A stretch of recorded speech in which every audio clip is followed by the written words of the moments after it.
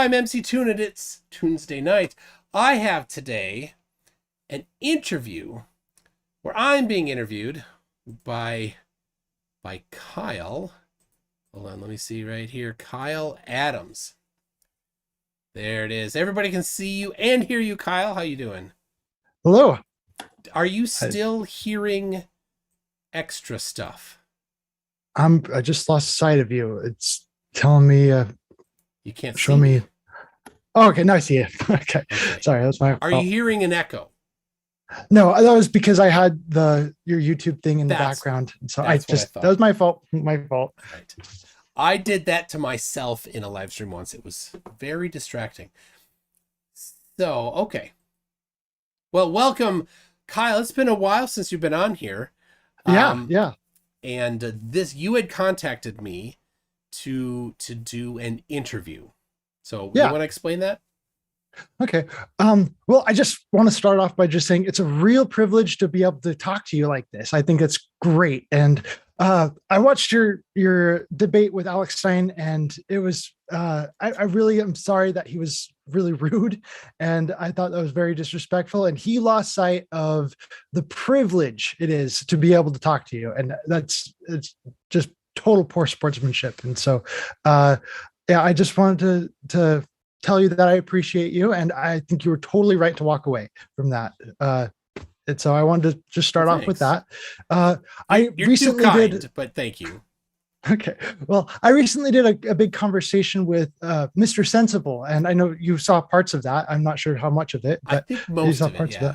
it. Okay, so most of it. So I'm kind of lately I've been going on this thing, really promoting finding common ground with people, especially people who you disagree with. No one likes an echo chamber, but uh, uh, a statement I really like is that as we strive to achieve common ground, we attain higher ground. And so that's what I'm really after. Is I'm just looking to build on that relationship I've got with you, and hopefully go places with that.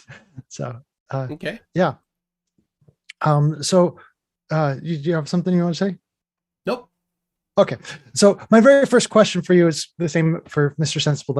I'm going through a lot of the same questions here. My first question is, how do you define science? Science. Exploring the universe. I don't say natural world because people get confused by it. Using logic, so inductive logic, deductive logic, um, reasoning, and critical thinking. Okay. So that's a high level. Okay. So yeah, I think that's something we can both agree upon right there. Is I don't see anything disagreeable about that. So I think I can find common ground with that definition right there really well. Uh, I define it as the uh,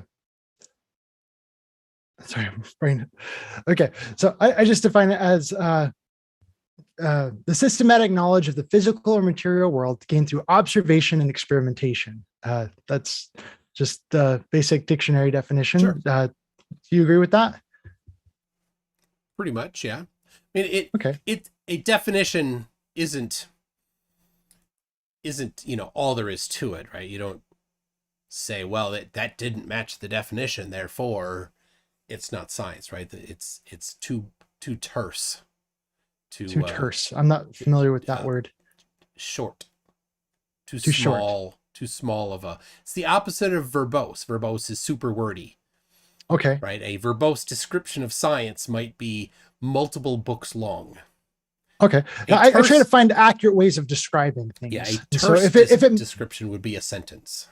yeah, I just find accurate ways to describe something. So if I said something that's totally random and disorganized, I couldn't accurately describe that as systematic. Uh, so with that Sure. kind of okay.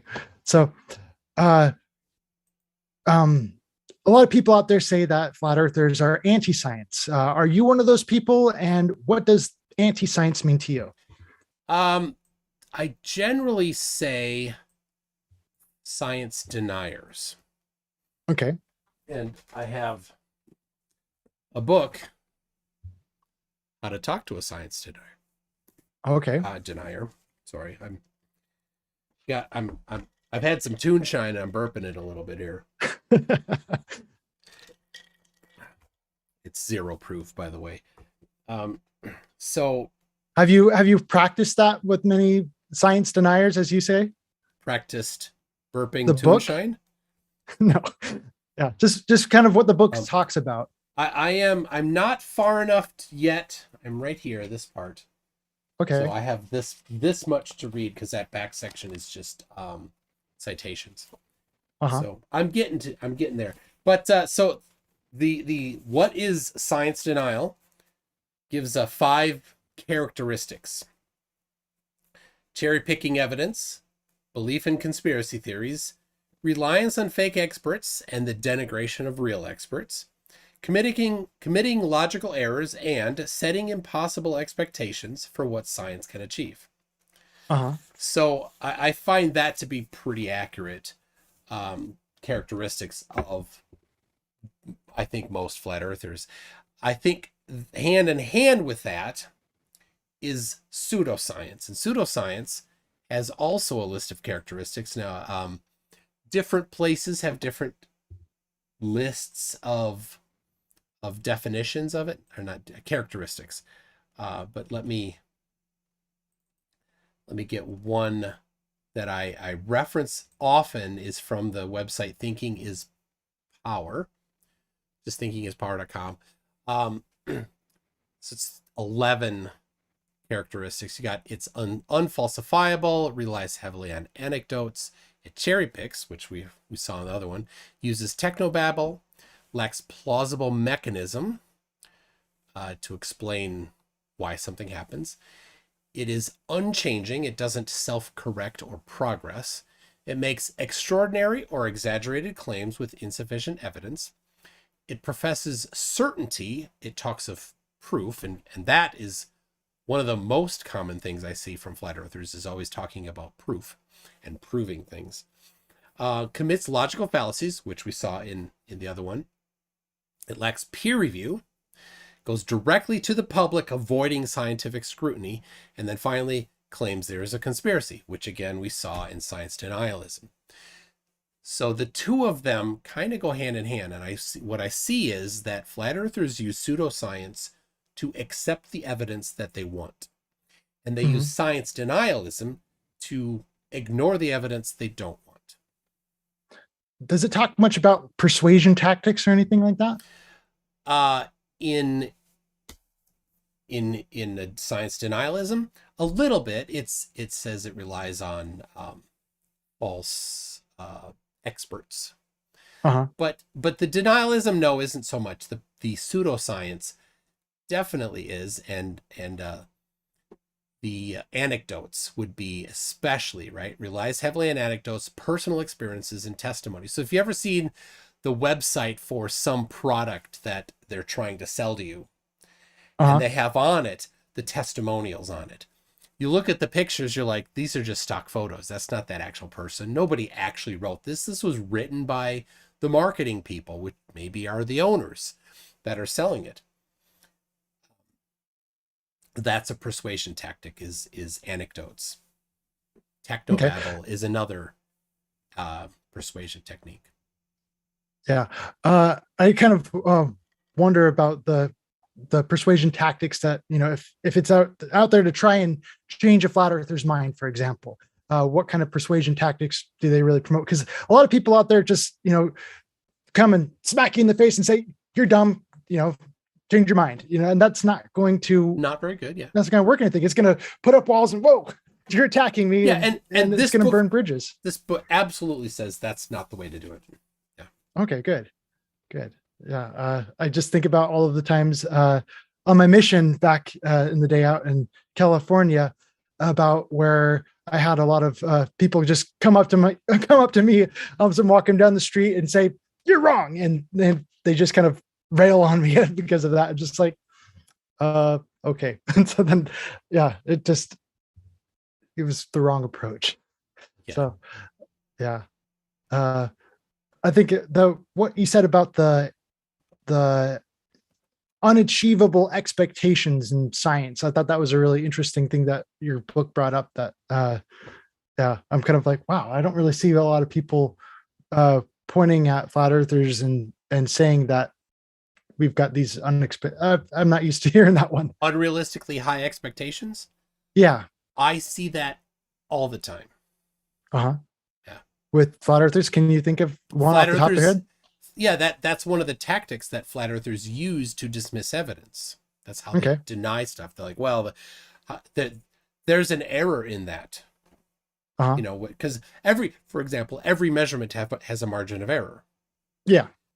Many flat earthers don't realize that every measurement has a margin of error. Okay. And they think that there is such thing as a perfect measurement. Nathan Thompson, for example, I had him on the last time I had him on, he talked about this exact thing. He found that there was a margin of error analysis in something I was referencing. And he's like, aha, got it. There's a margin of error in that. I'm like, everything has a margin of error. He didn't get that. Uh-huh. So, yeah, I get that. And so you can't say it's more than, if you're looking at something that says it's 3 inches long, you can't say it's more than 3 and 1 centimeters long. And you can't say it's more than 2.9 or sorry. wait, you're mixing units here. I love You're right. it. I'm sorry. I love it. You're right. I'm sorry. But 3 inches long, you can't say it's more than 3 inches and 1 centimeter long. And you can't say it's less than 2 inches. You're still mixing units. Don't keep going. I love it. I do. Sorry. An inch and centimeter, they're different units. Oh, I know, but that's how our rulers work here in America. Is our rulers have inches and centimeters? They do. This one has inches on this side, and it has actually this is all imperial. This is not. Oh no, here it is. Here's the centimeters. Nope, that's not. So I'm trying to give you a length and say that it can't be more than 1 inch and 1 centimeter, and it can't be less than a certain amount. So I'm trying to kind of put the parameters. Yeah. So there might be some margin of error between these two areas, but it's within this range. Okay. So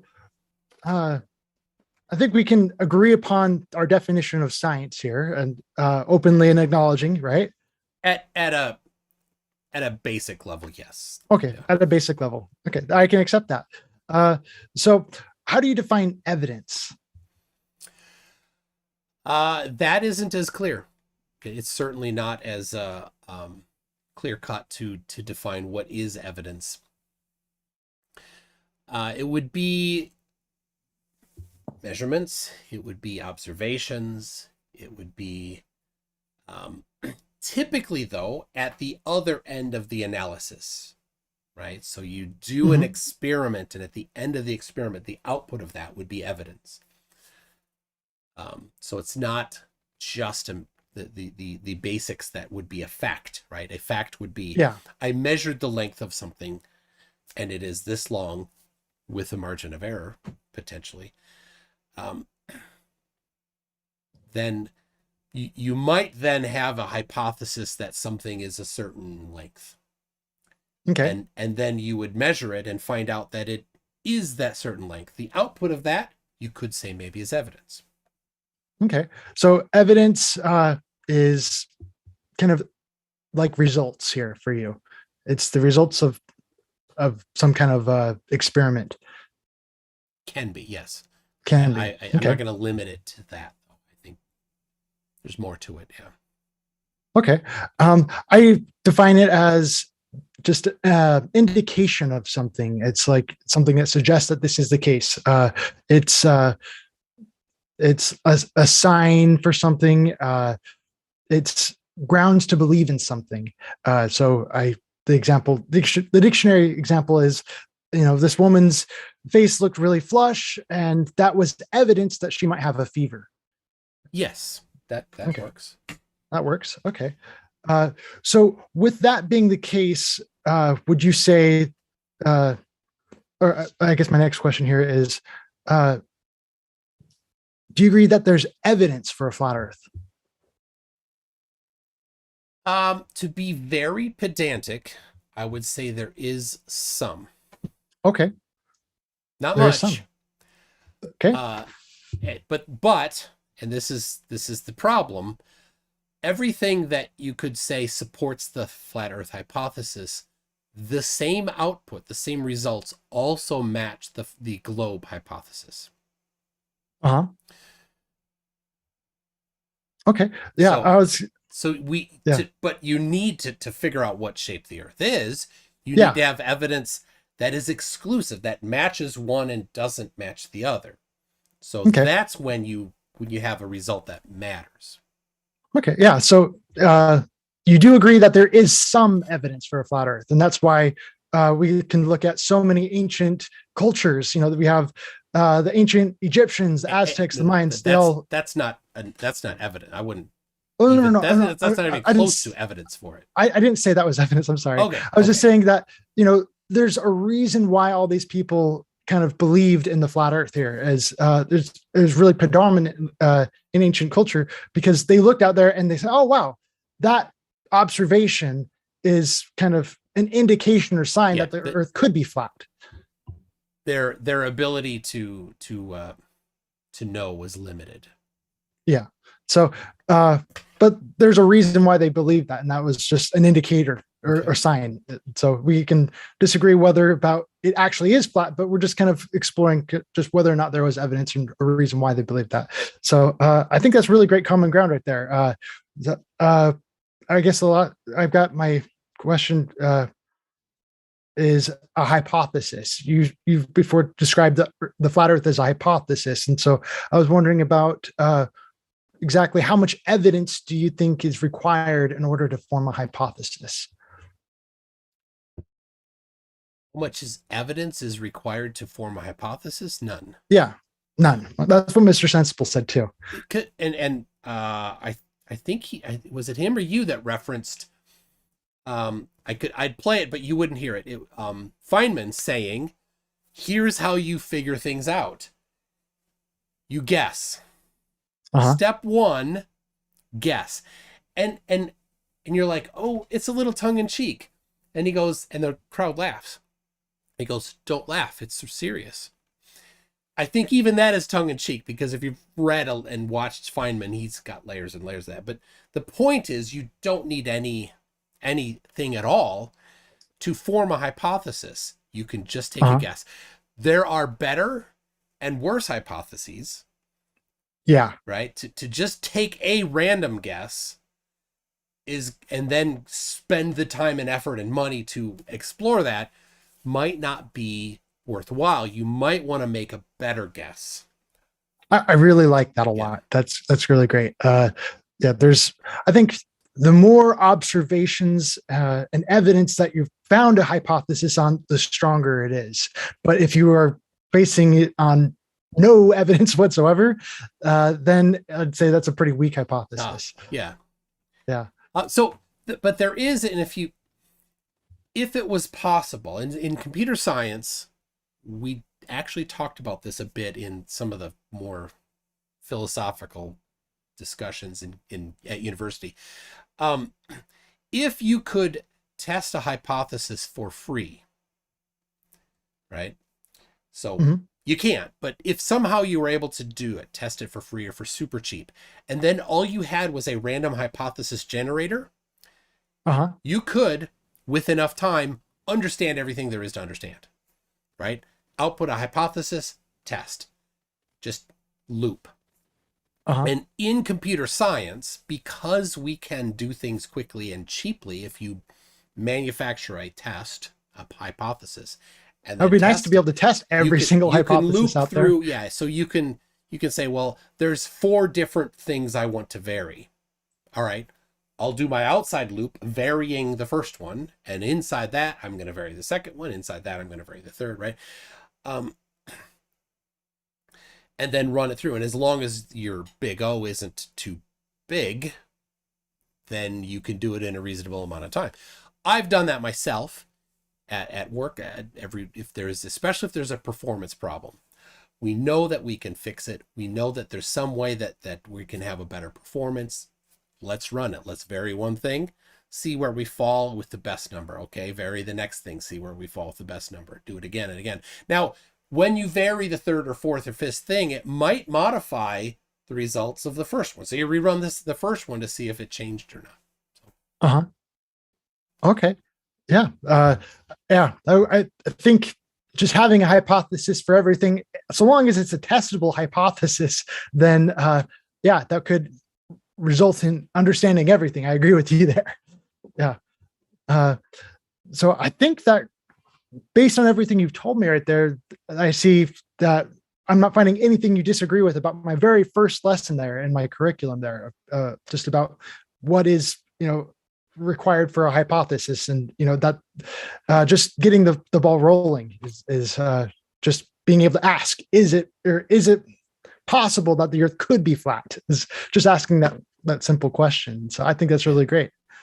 So I think after that, I kind of could ask, we like to look at the horizon on the x-axis and on the z-axis, and with that, the question comes up, do you think that more than one thing could cause curvature on the horizon? The appearance of curvature? Yeah. Potentially. Yeah. In the realm of possibility, yes, there's something. Okay. There's multiple things that can cause the horizon to appear curved. And so I understand that, actual physical curvature, that's one thing, but there's other things out there as well. And so lens distortion is one that I know that you acknowledge, right? And so I think that's common ground. And so if we want to look at a horizon, lens distortion needs to be factored out. Are you aware of any other things on the horizon that can cause it to appear curved when it's not? It's possible in the right conditions for refraction to do it, but it's unlikely. Okay. I'm curious about why you think that. Why is it unlikely? Yeah. Because of how the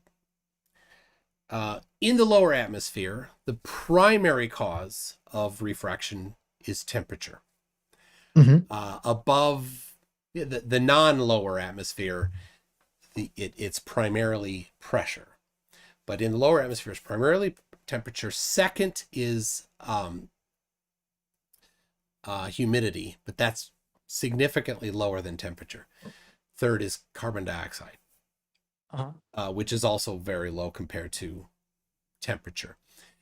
Now, we know under normal circumstances, where does the coldest air go? Up or down? Down. Down. It's heat convection. Rises. It's convection. Yeah, it's well known. You put the heater on the floor in the corner, and people have done this with radiators. If anybody's ever had an old house, though, you got the water radiator over there on the floor, and you don't have it on the other side. Typically, it creates that convection. So the colder air is nearest to the ground, and it has the highest index of refraction. And so as you go up, the index of refraction reduces. That causes, and you know this because you did it in your sugar tank, it causes the light to bend downward.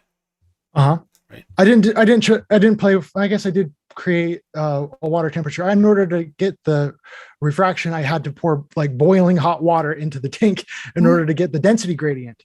You use sugar though. I did use sugar. Right. Yes. So you use sugar to create an index of refraction gradient to simulate the analog for the temperature causing the index of refraction gradient in the atmosphere. But either way, we have an index of refraction gradient. Yeah, it was a really difficult thing to do. I tried, I used so much sugar when it came to that, and it seemed like no matter how much sugar I poured in there, I just couldn't seem to get the light to bend the right way. And so the way I finally got solved the problem was I took a bunch of the water at the bottom, and then I threw it in the fridge and made it really cold. And then after that, I went and got some boiling hot water and poured that on top of it. And then that was finally able to get enough of a gradient to get the refraction and the results I got there. Yeah. Yeah. Yeah, it Okay. was a tricky thing. I've watched a lot of different videos on how to do it, and no one else talked about that. I'm Well, glad it worked for me. Ranty did it, and he's not a Uh-huh. flat earther anymore. Mick Uh-huh. West did it. Uh-huh. Yeah, that Both Mick of West is them. the one who I saw. He was the one who really inspired me with this whole fish tank experiment. Yeah.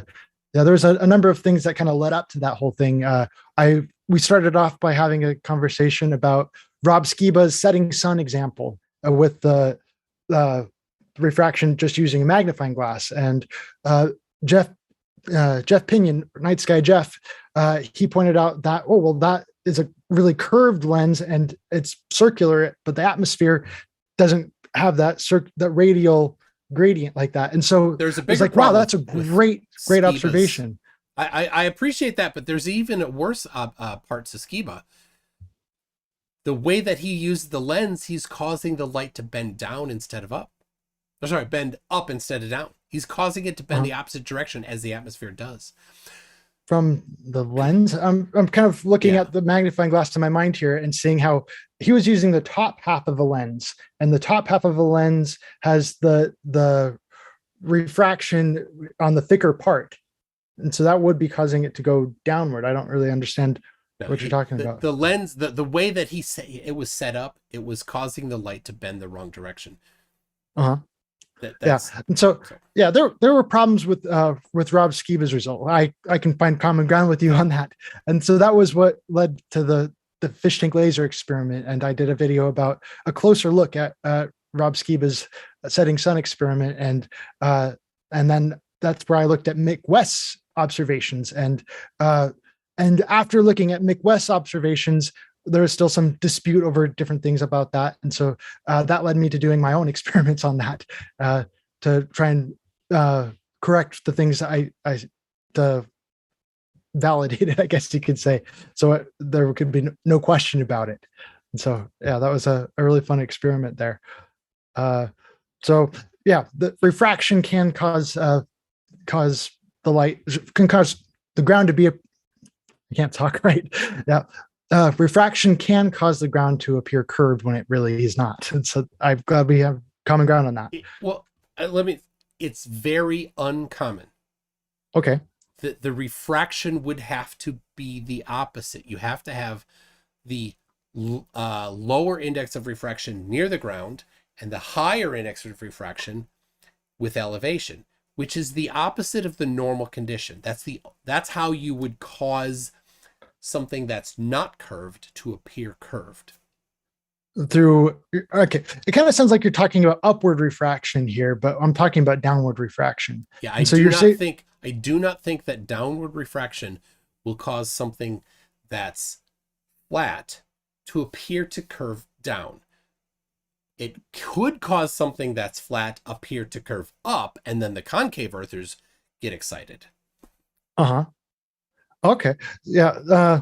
So I guess first here, you've got your whole point about refraction is kind of a rare occurrence. And No. Refraction is super common. Oh, okay. It's the refraction that could cause a flat surface to appear downward curve is super rare. That's what's rare. Okay. And it requires an atmospheric condition that's incredibly unstable, because you have to have the colder air up high, the warmer air down low. It happens. It's not common, and it's unstable because the cold air wants to come down, the hot air wants to go up. Okay. I'm pretty sure with the globe Earth model, at least I heard Neil Tyson talk about it once, about how with their model, they do have downward refraction, but he didn't quite describe it as a rare occurrence or anything like that. He just showed the sun setting and the light going through the sky. And as the light goes through the sky, it bends downward through the atmosphere. And his claim was that this causes you to be able to see the sun for a longer period of time. Yes. And so that's why he would point out, if you go climb up a big skyscraper, you might be able to see the sun set at a later time than you would from down the ground. That wouldn't. If you get higher, actually, you're going to have a little less refraction, because the most refraction gradient happens close to the ground.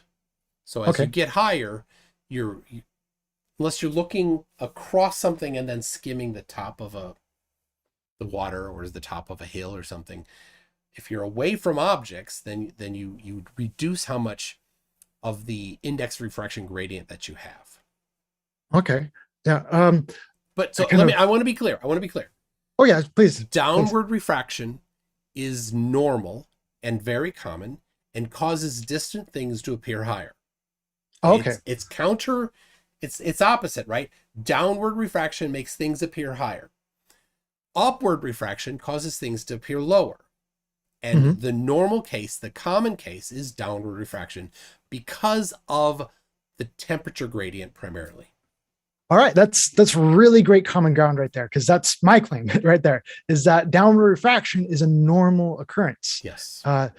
And yeah, and I do agree with you that it does cause things on the horizon to appear higher than they actually are. I totally agree with you on that. So I think that's great common ground there. I talk about that actually in the fish tank laser experiment video, where I show that. It said, look at this boat. And so in the fish tank laser experiment, we had the boat on one side of the tank. We looked through it. And as the very first thing I pointed out in that video was that the whole boat and the entire horizon itself appeared higher than they were in our control image. Yeah. And so with the atmospheric gradient generally kind of being the same, it's always denser down at the lower elevations than the higher elevations. Therefore, atmospheric, the downward curvature of the light that passes through it, according to Snell's law, should generally be doing that all the time. And so as you said, it should be a common occurrence. So I think that's some fantastic common ground. The major difference here that I'm seeing is the second part of that experiment that I pointed out here with the boat, and about how it actually appeared to be sinking. And so it did appear higher, but it also appeared to be sinking and that was kind of what we were testing for in the fish tank laser experiment. So it was higher, but when you say sinking, you don't mean I want some clarity here. There are the Quantum Eraser crew parrots some things that Quantum Eraser instructed them to parrot, and that is the 5 types of refraction that Andrew Thomas Young referenced, and just categories: looming, towering, sinking, right, and a couple others. So looming is something appears higher due to refraction, the common case. Sinking in refraction terms is something appearing lower, but I don't think that's what you're talking about. I think you're talking that sinking means more of the bottom obstructed. Is that what you mean? The bottom is obstructed, yes. Yeah. Okay. And so I showed the bottom of the boat was obstructed. You could no longer see the bottom of the boat. And I understand that this was due to compression. It was still there, but you just couldn't see it. Yeah, and it's a good thing that a lot of people don't understand.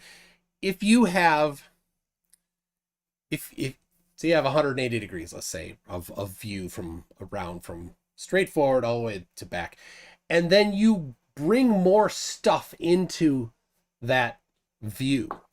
Mm-hmm. You can't just bring more stuff in without something else either going away, being like, if say you had everything and it all just shifted this way. That's not what happens, but you could do that, and then something behind you is going to disappear. Or you take and you got to crunch up a bunch of stuff, right? And so these get compressed. These are up higher, they don't get compressed as much, but down low they do, because you have the same amount of space to see a larger amount of stuff. Yeah. So that's compression. Yes. Yeah. And so we both agree that the boat, I'm not sure how recently you saw that. So I think we can both agree that the boat was being compressed. So it wasn't actually hiding. I don't recall enough of that video to know whether or not That's okay. It's been a while. So yeah. That's kind of one of the really big foundational parts of my curriculum. Wikipedia has recently changed their little blip that they add to every single flat Earth video at the bottom of even just. I'm not sure if they'll show up on this one or not, but yeah, anytime you mention flat Earth on YouTube, it's always going to say, "Oh, now it's saying it's been scientifically disproven." And so I actually went and clicked on their Wikipedia link, and I was like, "Okay, well, what scientific things do they talk about?" And so one that they talked about lunar eclipses, and then the other one was about boats appearing to sink on the horizon. I was like, "Okay, well," and that's why I said this whole part is really foundational to my whole curriculum. Is that the only way you can explain boats appearing to sink on the horizon is a globe Earth? And that's my experiment said no. Keep in mind Wikipedia's editorial standards isn't to be a science text, right? Yeah, they'll give you a couple things, but if you really want, you need to go somewhere else. But so is it possible with refraction to cause the bottom of a boat or bottom of something to be obstructed in the very specific correct refraction circumstances? Yes, but like I said, it's very uncommon. Okay. So wait, you just barely said that downward refraction is really common, and now you're saying it's downward uncommon. refraction is so I'm a little confused here. Okay. So hold on. My kid is selling his truck and needs the title. Okay. And they're like, "Can you look for it?" So you know what I need to do right now? I got to look for the title. Okay. You want to entertain them for a second. Explain to them. Hold on. Mr. United for the Children is asking, what was Kyle's MOS in the Army? What artillery did he work with? What FM addressed the unit Kyle worked with? It's been a number of years since I was with all that. I was in the Army National Guard, and I did that for 8 years. And I was in the Triple Deuce, 222 here in Utah, Southern Utah. And I got to work on the M109 A6 Paladins. I don't remember all of the other questions that he asked me about. What artillery did you work with? I worked on the M109 A6 Paladin. Okay. Yeah. And so I didn't really drive that one around a whole lot. I mostly worked on the Cat and just kind of, I was the cannon cockers is what we called ourselves. And yeah, so we just went out and did all that. And I served through 3 major deployments, but I myself was never deployed in any of them. It was a really, crazy experience. Let's see. The first one happened while I was still in AIT, and that's my advanced individual training. And then the second one happened after I got home from AIT, and I had worked into my contract that they would give me 2 years leave to be able to allow me to go serve a mission for my church. And so they allowed me to do that. And so I got my papers in and I got that all submitted. And while I was away, they're like, "Okay, we're going on a deployment." And I said, "Okay, well, I can go with you, but but I'd really like to go serve my mission here." And they said, "Okay, well, you're doing good things. You keep doing that. And there's always going to be another war." And so that's what happened with the second deployment there. Right. And then after that, I came home from my mission. After the 2 years, I started going back to school. I got married. And while I was in school, I started looking into ROTC, looking into becoming an Army officer. And while I was doing ROTC, I was just like, "Oh, wow, this is fun." I just, trying to explore, kind of looking down different career paths. And while I was in ROTC, they're like, "Okay, well, it's time again. Ready to go for war. We're getting deployed." I was like, "Okay, I'm all set." And they're like, "Oh, actually, you know what? You are doing military training in ROTC. Keep doing that. You're doing good things." You sure? "Yeah, we're totally sure. There's always going to be another war." "All right, see you later." So that was 3 deployments, and yeah, it was crazy. I wasn't trying to dodge anything like that. I was always very, very willing to, comply, but that was just how it went. Okay. I have the title right here. It's a 2007 Chevy Avalanche. If anybody's looking and it doesn't go through tomorrow, let me know. Okay. So I think that kind of wraps up most of my questions for today anyway. If you've got any Okay. if you've got any questions for me, you can go for it. I think the process of doing an experiment, if we follow a bit of the guideline, I think is maybe something we could talk about. Okay. Yeah.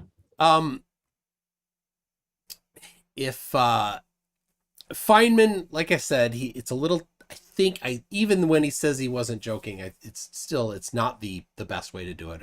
I guess is not the way that you want to do every hypothesis. You better to make an educated guess, but it's still a guess. I suppose. So you make a prediction. So the way Feynman says it is you compute the consequences of your guess. Right. So if you say the Earth is flat, then you compute the consequences of it for a specific observation. So the angle of the sunrise, right? Mm-hmm. So if you take this map, I don't know what map you think is the right map, but if you take this map, then you say, well, this map says that the horizontal angle of the sunrise in December in Australia must be north of due east. Okay. And we can put it on here right now and test it. So I'll put the sun down. We got right there, Australia. On the equinox, it's up for more than, not the equinox, the solstice. It's up for more than 12 hours a day. So we go more than 25% around. I don't have the exact, but and it's over the Tropic of Capricorn, which is on here, so I can put it there. So somewhere there. All right. So this is our hypothesis. Here's our way to make a prediction. Here's Australia. Mm-hmm. And there is approximately where the sun would be at sunrise for this position. Right? Okay. And so we can you're talking about day and night here? Yes. Right. So we can draw a line. So during the Australian nighttime, then the other side of the world should be in daytime, and yeah. So no, we're doing the angle of the sunrise. Okay. Right. There's approximately then. So this line is due north. Mm-hmm. That's New Zealand. Hold on a second. Last guy I was talking to lives in New Zealand. A New Zealand flat earther, can you believe it? And I dirtied up my diagram by two of them in. So, all right, here's Australia. Right. Okay. And there's the angle to the sun. Right. And here is due east. Yeah. Right. So it has to be north of due east. Uh-huh. So there's your hypothesis for this map for flat Earth. And then you look at the observation. And I'll finish this and then you can respond.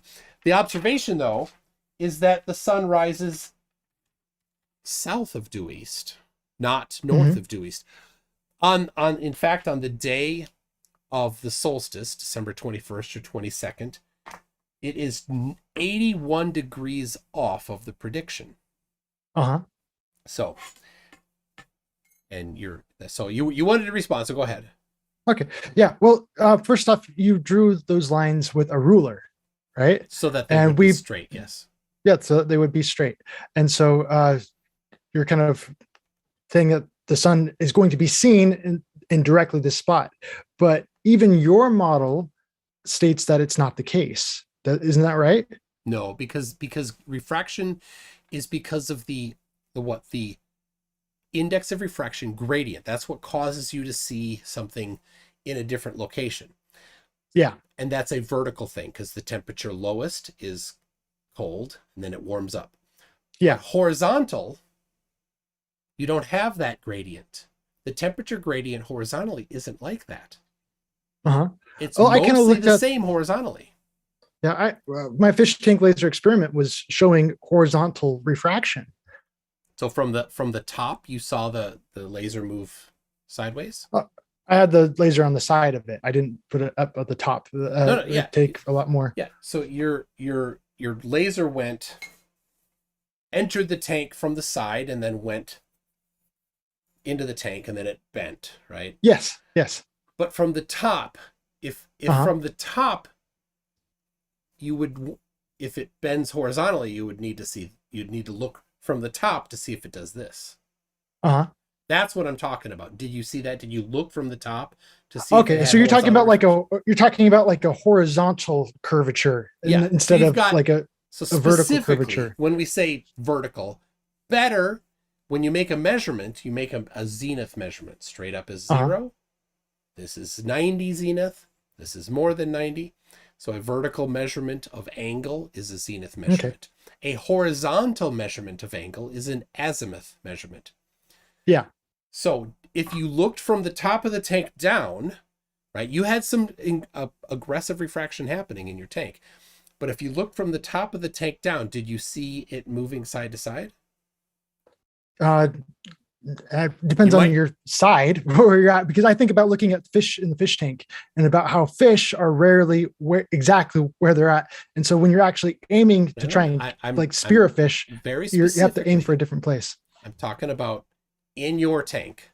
In my tank, yeah. When you were directly above the tank, did you ever look down and see if the laser, not other stuff, just the laser, did it bend left to right as it went through the? No, it did not. Okay, that's what I'm talking about. So when I draw these lines on the globe and the flat Earth, unless there's something causing the light to bend horizontally, there's no appreciable. Every measurement is not perfect, but for the most part, it's going to be going straight horizontally. Okay, so I think that's some common ground that we can agree upon, in that that this atmospheric refraction can only bend light in like vertically, unless there's a gradient that's side to side, like a gradient such as. It happens. Yeah, it happens. And there are some documents, if you look up some surveying documents, where they have had to deal with that, like where what happens is they're in a canyon, and they're looking at 2 points in the canyon, and there's an outcropping of rock that comes near their line of sight. Well, that rock is a different temperature than the air. So because of that, it does create a slight horizontal temperature gradient. But that's not what we see in general across the miles of ocean or something. Yeah, and jet streams, they're kind of moving all over the place. They don't really stay in one place all the time, and so we can't say that. Yeah, and so we can't say that it's all due to the jet stream. And so I think this is some really great common ground that we're bringing up and establishing and building upon, and that it's not caused by atmospheric refraction. This observation of where the sun appears to be versus where it actually is. Yeah. Yeah. And no amount of refraction, even if it was vertical, would cause it to be 81 degrees off. So, so to go back to my whole point that I started with, you have a hypothesis. This is the Earth. You calculate the consequences of the hypothesis. The sun will rise at a certain angle. You check to see if that prediction matches observations. It doesn't. And if it doesn't, then your hypothesis is not supported. It's falsified. So long as there's no other explanations or anything else that needs to be ruled out. So long as there's something else that needs to be ruled out. You have to control your conflating variables. Exactly. Yeah. If there's something else that needs to rule out, then okay, go ahead. Complete my thought. Go ahead. And then you can come back, right? Go ahead. And if it matches observation, you have not proven your hypothesis correct. You have supported the hypothesis. You have failed to falsify. If you're going to go with Popper, where's Popper? I got it. Hold on. I got too many books. If you're going to go with Popper, then you failed to falsify the hypothesis. He was very strict. Popper is on the that guy who kind of did the stuff. black swan. He's the idea who came up with the black swan analogy. That's not talking about like a physical observation on the horizon here. Oh. Popper is the famous guy who came up with disconfirming evidence. That's his coin. Yes, that's his absolutely. coin. Yep. Yeah. And so he's the one who talked about black swans. He's the one who brought it up. That's where the whole black swan thing stems from. I've been actually tempted to make a video on that several times now, but it hasn't really been brought up much recently. So I kind of got shelved back there. But that is a really interesting topic, just about the whole disconfirming evidence thing and the whole story with Popper there. But I was going to say that what you were saying, it kind of reminds me of something I was reading about the other day about hypotheses in general. Is, does a hypothesis ever cease being a hypothesis? And according to one article, is that a hypothesis always remains a hypothesis and always continues to be tested further and further validated in the future. And that was a pretty interesting article. Yeah, you can keep testing them. Yeah. And there are many ways to test a hypothesis, not just one. Yeah. Right.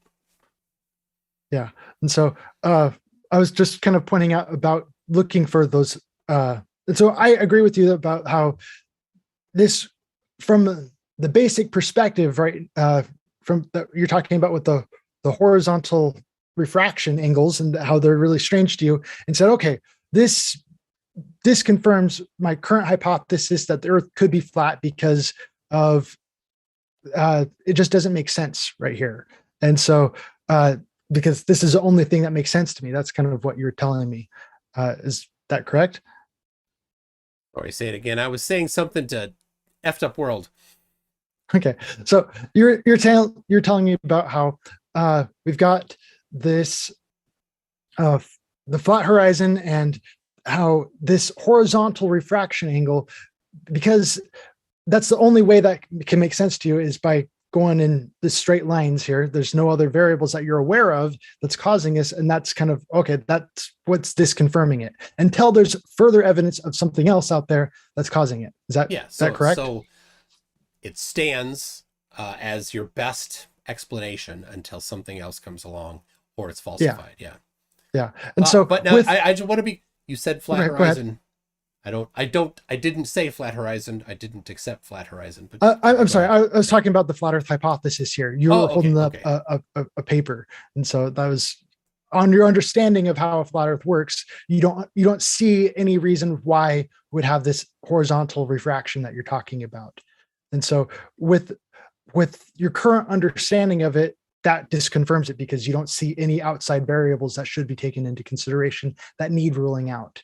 Is that right? Yeah, and that's the point of peer review in things, that if you didn't think of something, hopefully somebody else that's familiar with that particular field is like, oh, you totally missed this. Why didn't you think of that? And they'll kick it back. Yeah. I think I'd be much more open for using peer review if it wasn't like a seclusive circle. If anyone could openly jump on there and talk about it, then I think I'd be. What stops anyone? I don't know. Right now, I kind of view peer review as kind of like a secret society of scientists that get together and talk about it. That it's kind of exclusive. If I were to just go walk into a peer review chamber, wherever that is, I have no idea. It's not a chamber. It's something that journals do. Okay. So if you want to publish in a journal, you write up your paper. You look up the process. Each journal has a different process. You submit your paper to the journal. Okay, so can anyone submit? The good ones have a good peer review, and the bad ones have bad peer review or no peer review. There certainly are, and they're typically there's a list. Beals has a list. It's called the Beals list of journals that are called predatory journals that charge money for publication and don't really do a good peer review. But there's others that do a great job. So you submit your paper to the journal, and if it's on topic and if it's something that they are interested in, they will look at it, see if it makes sense, and if it does, have some of their there are people that are familiar with that topic, review it, and Okay. go back and forth with you maybe a few times. But if it passes, if they're like, yeah, this is good, then it gets published. Yeah. And so I think there's part of this whole selective process of you can't just publish whatever hypothesis you come up with. That's kind of my big issue. That's what makes it seclusive, is I can't just publish whatever I want. You absolutely can. Well, you just barely told me that I couldn't, because they have to meet these qualification markers and say, well, we have to be interested in it first. Different journals have different topics. Uh-huh. So if you wanted to do something that was talking about how optics works, there's multiple journals that deal with optics. So go to one of them, because they have the people that know about optics, and say, look, I think that refraction and something about it is wrong. And here I have a hypothesis. I did an experiment. Here are my results, details, charts, graphs, numbers, data, whatever. Here you go. And they'll look at that, and then they'll say, because it's the right topic, they'll say, oh, that's what we look at. Very interesting. So you're telling me that if I were to go find a peer-reviewed journal about geography or geology, okay, much more precise geology there, if I were to go and do that, I could just write up, a few paragraphs and talk about my hypothesis, submit it, and I'm guaranteed to have it published? If you're just going to write up your hypothesis, no, you have to actually do something. Okay, so I have to actually, test your hypothesis. Okay, so I can write up my hypothesis. I can actually test my hypothesis.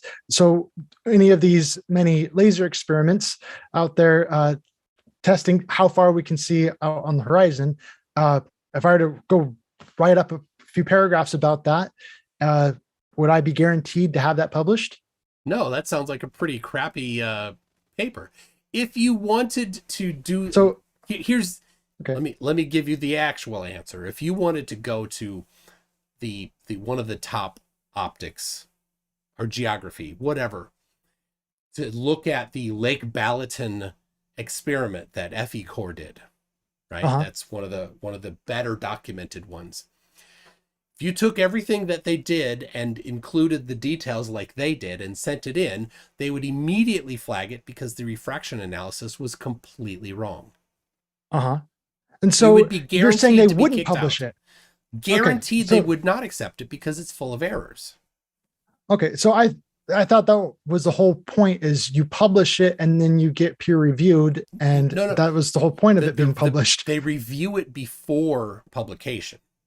Oh, because they don't want to publish crap, right? Okay, so you send it, they send it to their experts, and they review it, and right away an expert would look at measurement 4, 5, and 6 and say, oh, you measured the vertical temperature differential, but you did not include it in the analysis correctly.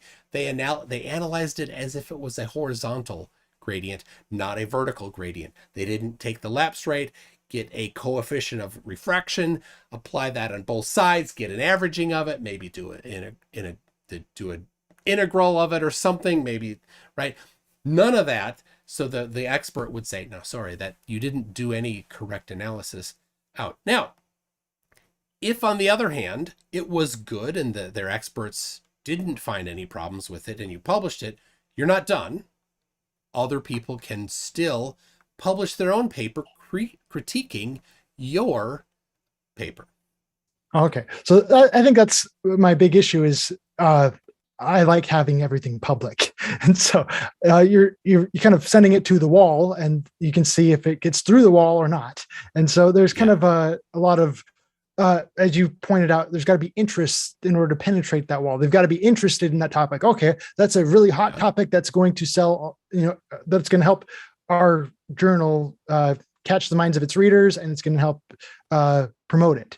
And so, but if it doesn't quite, rub well, it's not quite hot enough, then we're not going to be interested in doing that. And so it's kind of a wall that's difficult to penetrate itself. And yeah, that's kind of why I've got issues with it. Yeah, it's not, yeah. People self-publish. Mhm. You can do that and put it up on your website, and you can send it to experts and say, hey, I want to get it published, but this journal wasn't interested. What do you think? And if that person's like, hey, I don't know why you didn't get published. That was a great paper, right? It's Yeah, happened. I think I that's have what this I'm. one right here. Uh-huh. Vera Rubin. She hit wall after wall publishing this exact paper. Uh-huh. And look, it's got published. Uh-huh. Somehow it got published. My guess is that the first version of it wasn't this big. That the first version of it didn't have this data in it that she has in here. Yeah. Didn't have the Yeah, analysis. that's typically how it goes is uh you do one study, and the more people kind of who show interest in that study, they kind of help get the ball rolling, and then it becomes more refined and it gets better as time goes on, because you started addressing other observations in there. And that's kind of been my experience here. I just think of the fish tank laser experiment and how it just started off with one thing, and then one person says, okay, well, that's interesting, I wonder if I can do it better, and then it ends up getting refined. And uh yeah. Yeah. So I just got a super chat from Gregorio Gagnon. Sorry if I'm getting that wrong. And then a V at the end, like it's number 5, maybe. I don't know. It says, I am a published author in social sciences, applied linguistics. I would love to walk Kyle through the process of being published with a paper. I've not written a paper that's been published, so I can't speak directly to it. Yeah, I've published some books on Amazon before. I've got no. That's different than a paper published in a journal, a scientific journal. oh, okay. That's very different. There's no peer review to publish on Amazon. Uh-huh. Right? You write a book, Yeah, and you give them a that's PDF, the beautiful whatever, thing there about you go, it. it's done. That's the beautiful thing about it. The bar is low. Uh-huh. That's also why music is crap these days, because everybody can fire up GarageBand and then they're a musician. But you guys, it's not that good. Would you like to talk to Gregorio right now? I don't know what he's got to say. I'm open for it. He's got questions for me. One of the things that I was going to talk about here real quick is about talking to experts on that. That's kind of one of the things I'm planning on doing or trying to do. And I want to go out and do interviews with a lot more people, just like we're doing right now. And I've been trying to talk to more people from different colleges and universities. I've been talking with Dixie State University. I've got an experiment planning with someone over there pretty quick, and I'm really excited about it. I think it's going to be huge. That's where you went to college, right?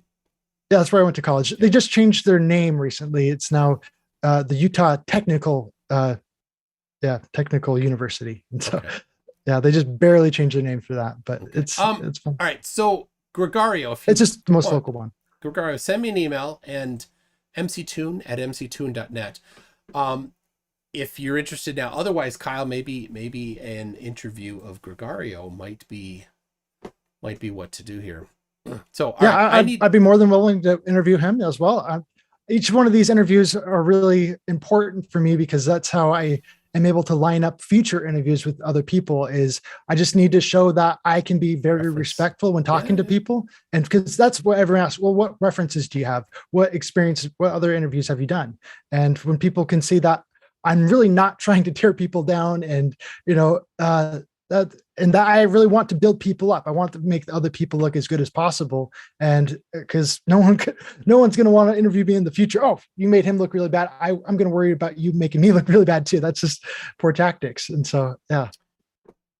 Okay. I've got a couple questions, if you don't mind. Go for it.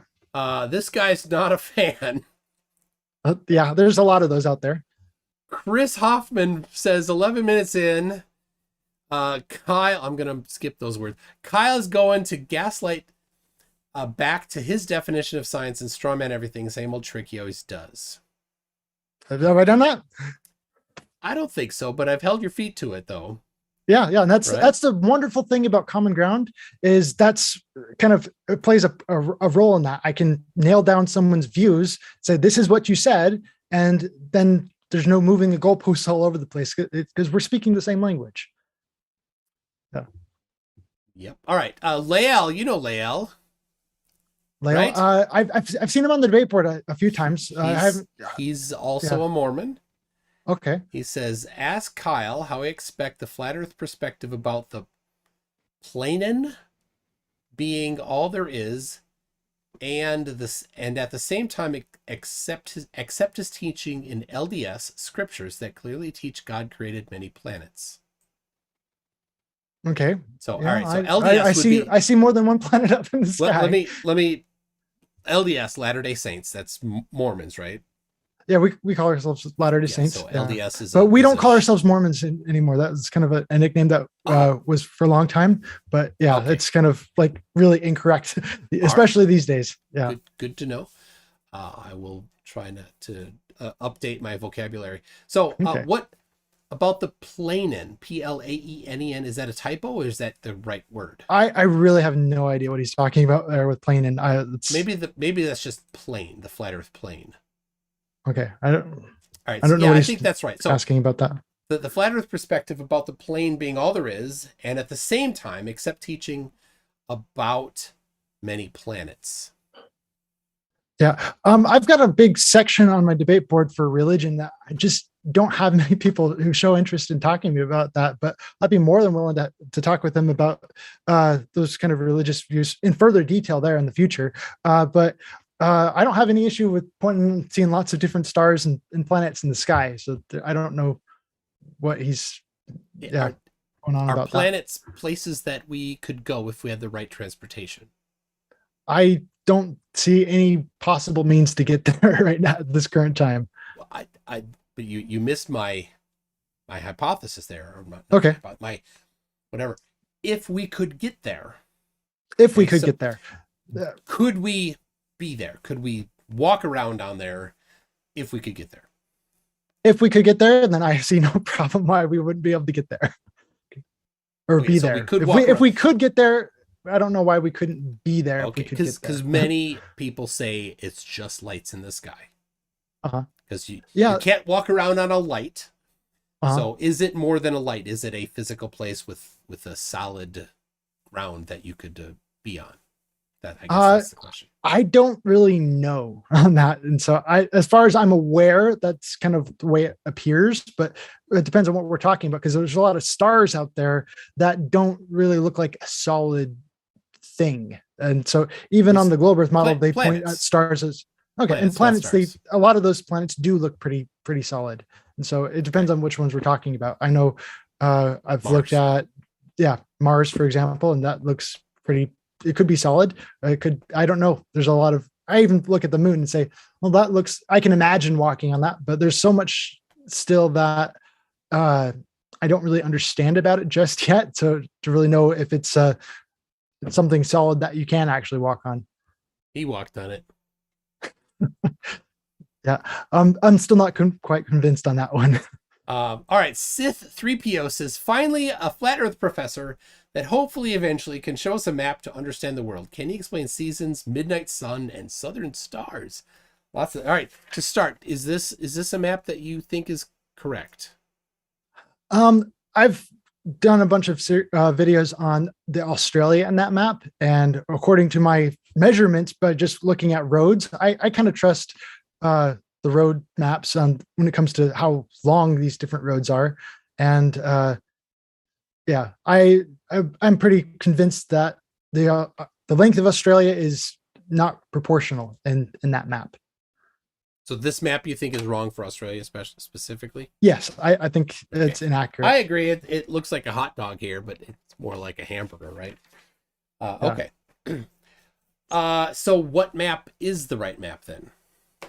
Well, the most accurate kind of map out there is a direct picture. And so anytime someone asks me for a flat Earth map, I just show them a picture of the ground taken from a plane. What about this picture? I can't verify that as a map because I don't know if it is an actual photo or not. So do you know that the 15,000 photos that came out of the Apollo missions are in Houston, and you can go visit them?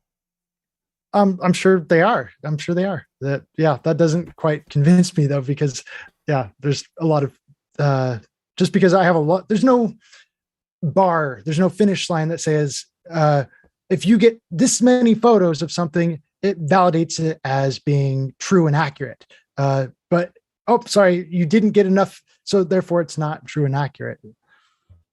So I kind of look for standards.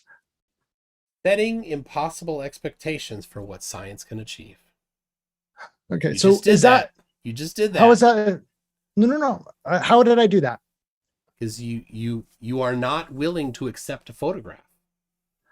Well, I you just can said, go touch yourself. okay.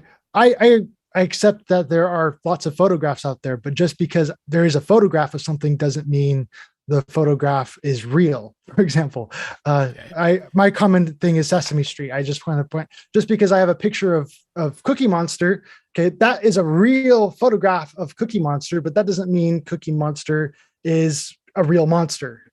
He's not. I think Yeah, that he's still a puppet. photograph of Cookie Monster, just one, is really good evidence that there is a puppet that's purple, and Blue. and that It's blue. somebody puts their hand in it and moves it around and pretends to eat cookies.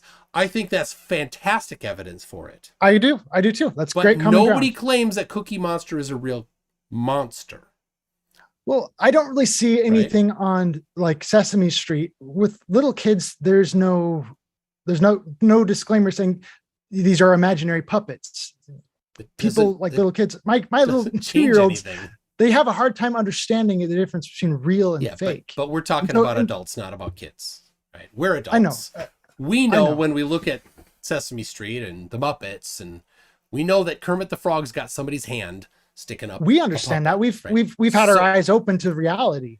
Yeah. So when we're adults and we can do that. So when we see a photograph of Kermit the Frog or the Cookie Monster, we know what it is that we're looking at. And we know also that there was a person that had his hand up the bottom of a puppet and was posing it. That's what the claim is for a photograph of Cookie Monster. Yeah, right? that's so the claim of a photograph of the Earth from space. Every episode of Sesame Street. Sorry. What's that? I said that claim is not made in every episode of Sesame Street. With all my kids, they don't have to make the claim in every episode for us as adults to understand that's what they're doing. Yeah. And so it kind of works the same way here with flat earthers who don't believe in the moon landing. Is we just say, we as adults understand that was a puppet. It's all animated there. And, kind of, they're hopping around on strings. But you don't have anything to support that, though. That's the problem. Well, it's a hypothesis. And according to you, we don't need any evidence to support a hypothesis. But it's just a hypothesis until you have supporting evidence for it, right? Yes. You don't say, I think this hypothesis is true, when it directly contradicts a whole bunch of other things until you've got the evidence to support that it's true. Yeah. And that's where I actually have a lot of different reasons and indicators for me. And that's why I talked about evidence before is, how do we define that? And it's a sign or indication for something or grounds to believe in something. And so I look at a number of different footage on the moon, and I see that as a sign or indicator that it was faked. And so I look at the water on the flag and I say, wow, that really does look like a water mark on the flag. And that indicates to me that it couldn't have happened. It happened here on Earth. Have you seen the wet flag footage? Yeah, I've seen the claims of it. Yeah. And so that's evidence for me that the moon landing was fake, because there's no way they could have had the wet flag on the moon. But it wasn't wet. Well, yeah. And so I can understand how you can look at the footage and say it wasn't wet. But when I look at the footage, I see that, that very much looks like wet material. All right. And so it's a sign or indicator for me that that's the case. And so, yeah. Okay. We got people that are asking about stuff. All right. Well, I hope to get a full flat Earth map, that'd be cool. Okay. Well, I just show. Yeah, I would love that too myself. It would make things a lot easier for me. And so, Yeah, it would, yeah, because I all mean, of his pictures. clearly there's international navigation that works, so somebody knows it. So, all right, Well, RT96 says, Kyle, yep. as a fellow professor, I share in your end of semester grading. Which paper submitted by a student did you find the most insightful this fall? I don't do papers or grade anything like that. So Maybe so people understand. Can you explain the actual Flat Earth Institute of Science? So okay, so the whole professor thing, it just comes from the dictionary on kind of what is a professor, and a professor is someone who professes some kind of a belief. And so I kind of go with that whole professor thing. And a professor is also defined as a teacher. And so I'm trying to do a school with a curriculum and everything there. And so it's just another name for teacher. now we went over it when you were on here last time. Mm-hmm. In the university realm, there is a specific definition for professor that they use in right, because you call it the Flat Earth Institute of Science. Institute of Science. So in an Institute of Science, the definition for professor is a bit more narrow than what you use. It's just a teacher who teaches in an institute or university, and that's what I'm striving to do. Yeah, but you don't have a university that you teach at. The Flat Earth Institute of Science. It's an institute of science, and so that's the fitting title for an institute. People don't find that all that. Anyway, yeah, I understand. There's a lot of people who don't like that, but Stephen that's Alley. how it is. Stephen Alley says, Kyle, what's a DD214 and do you have one? A DD214 is what they're talking about, and Clearly, I don't. Yeah, I have the MB something number MB because DD214s are only given to people who have been deployed, and so yeah, because I have the NB, I can't remember the last two numbers.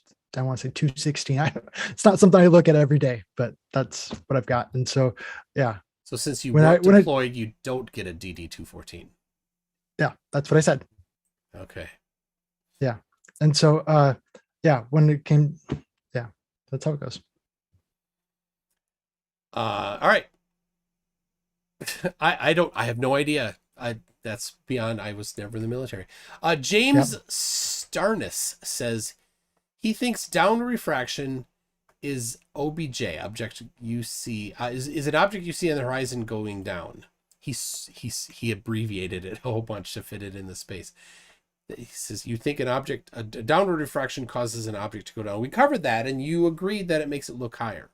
Yes. Right. Yeah. However, there's the second part, and people like to consider one part and then leave out the other, and they work together. Okay. So the whole downward refraction with the fish tank laser experiment, it caused everything in the picture to appear higher than they actually were. However, at the same time, the top of the boat appeared lower as in closer to the horizon. Okay. And so, it was compressed. And so the top of the boat was lower. And if it were to continue to be compressed, it would actually go completely out of view. And in some instances of extreme refraction, that's exactly what you see, is you can watch that get completely out of view.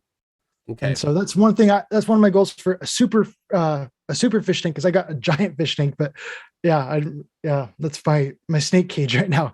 My snake is using that, and so I'm kind of I want to do that, but it's kind of expensive. All right, we've got some other questions here on military service. Somebody's saying, what was your AIT MOS?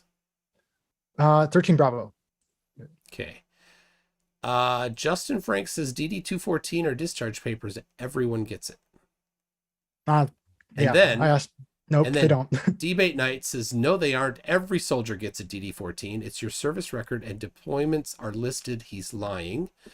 We've got Dave Warner says, not true about DD-14. I have 3, one for Army time, one for Air Force Reserve time, and one for deployment to active duty Air Force for Iraq. Charles Christensen says, if you get honorably discharged, you get a DD-14 no matter what. And Stephen Alley, who asked that question, says, you're not a veteran.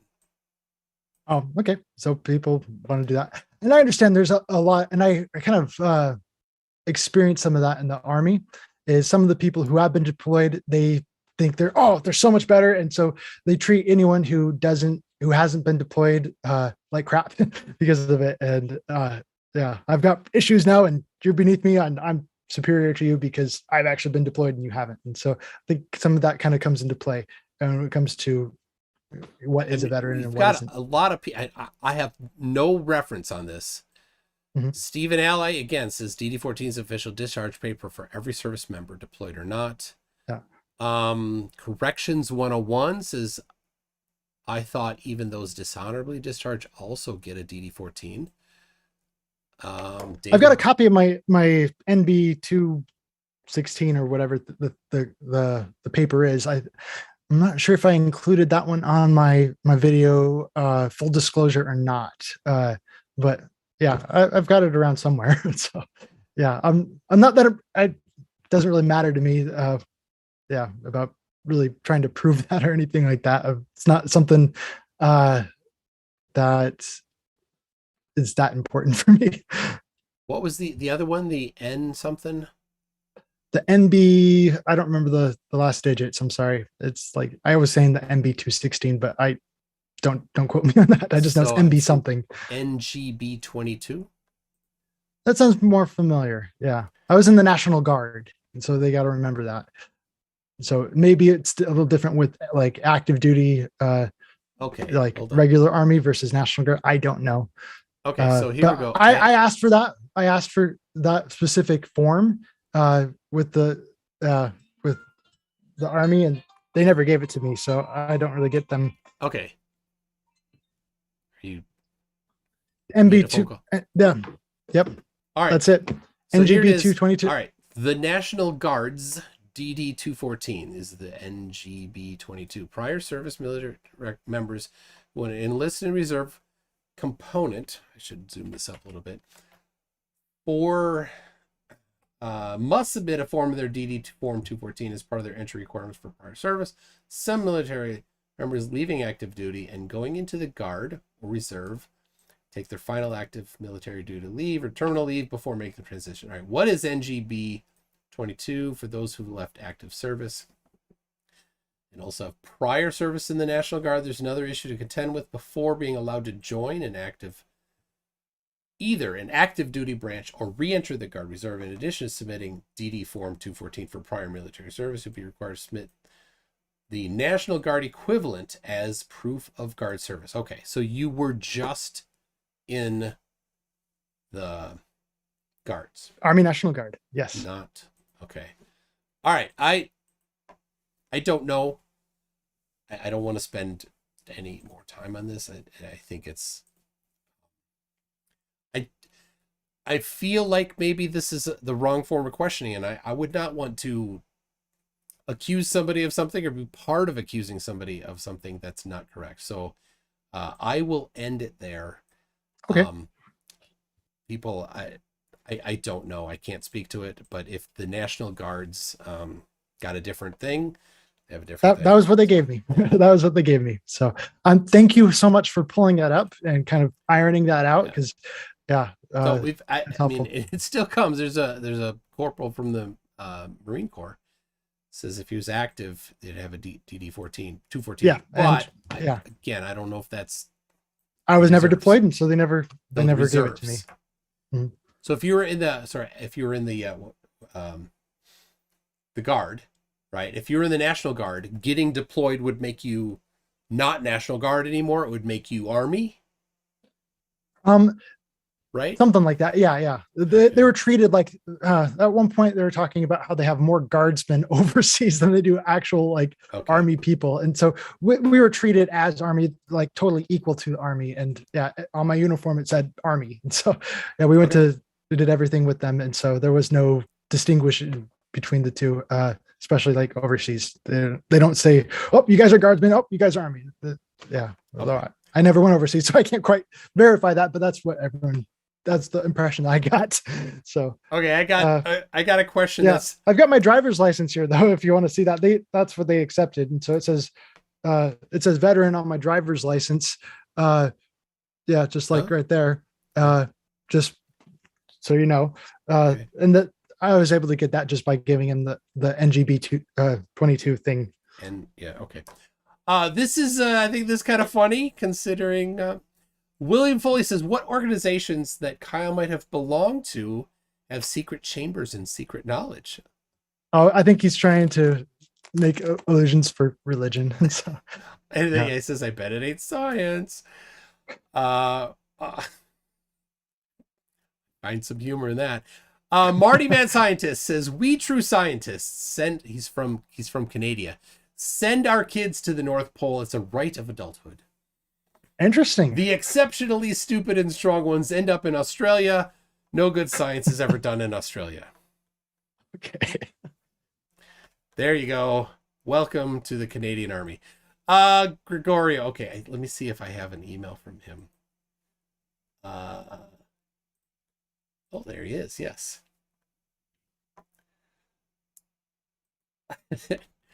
Okay, what time is it? It's 11:30.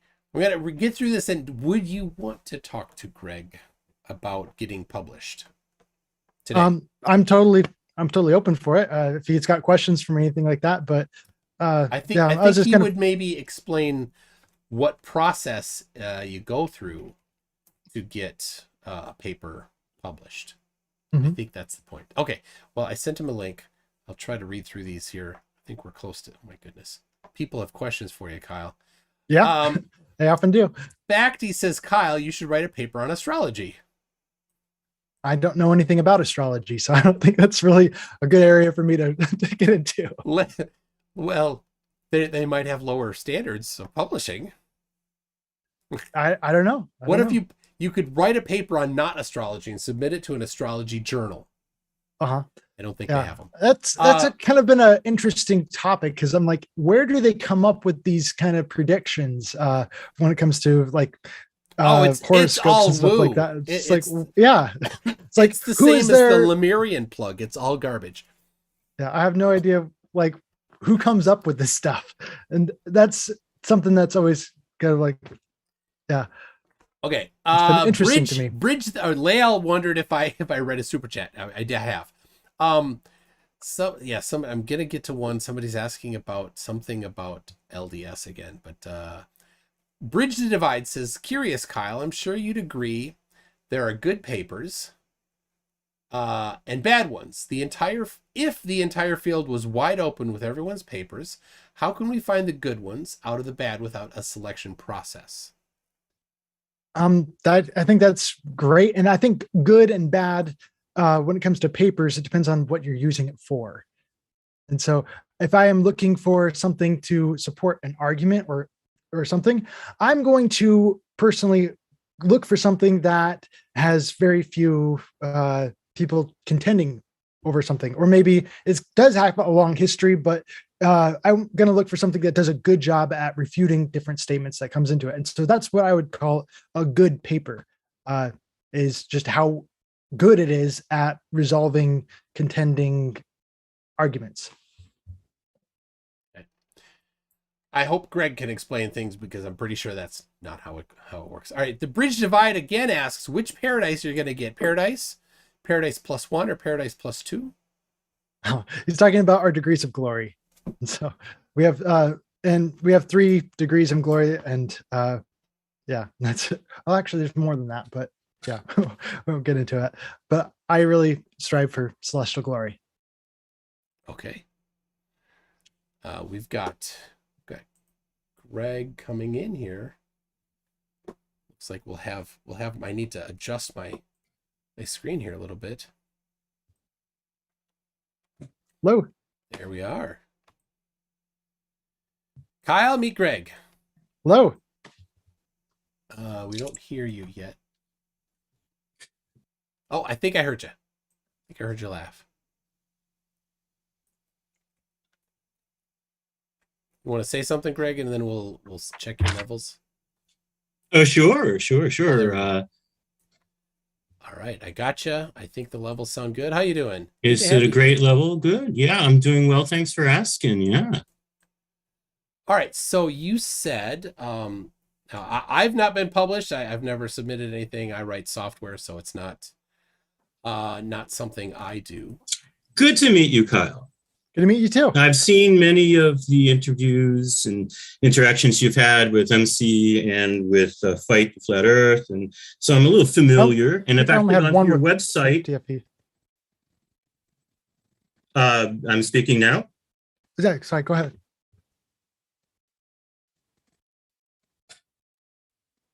Hey, keep going, Greg.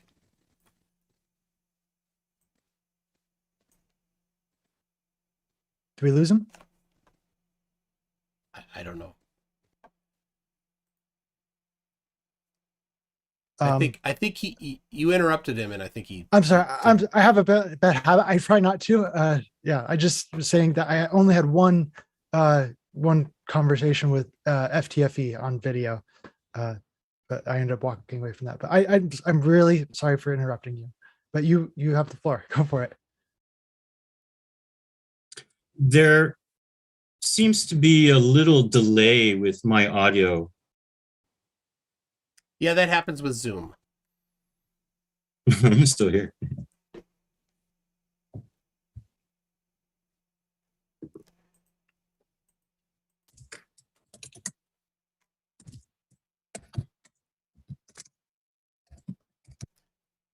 I'm not sure he can hear us well. So.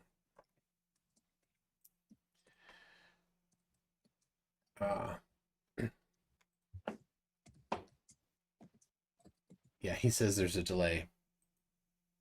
Oh, you can hear us? Okay. Give a few seconds between talking and somebody else, because that's okay. Just how Zoom goes. So, all right, Go ahead, Greg. Okay. Let me introduce myself a little bit. I am a professor. I live in Japan and I work in Japan. I teach English as a second language, and as part of working at a university here in Japan, I have to keep up my profession. I have to be published. I have to do research. And what I do is educational research. Now,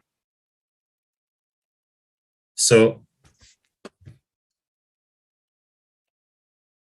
yeah, keep going. Just keep on going. Okay, eventually you'll hear me. Okay, so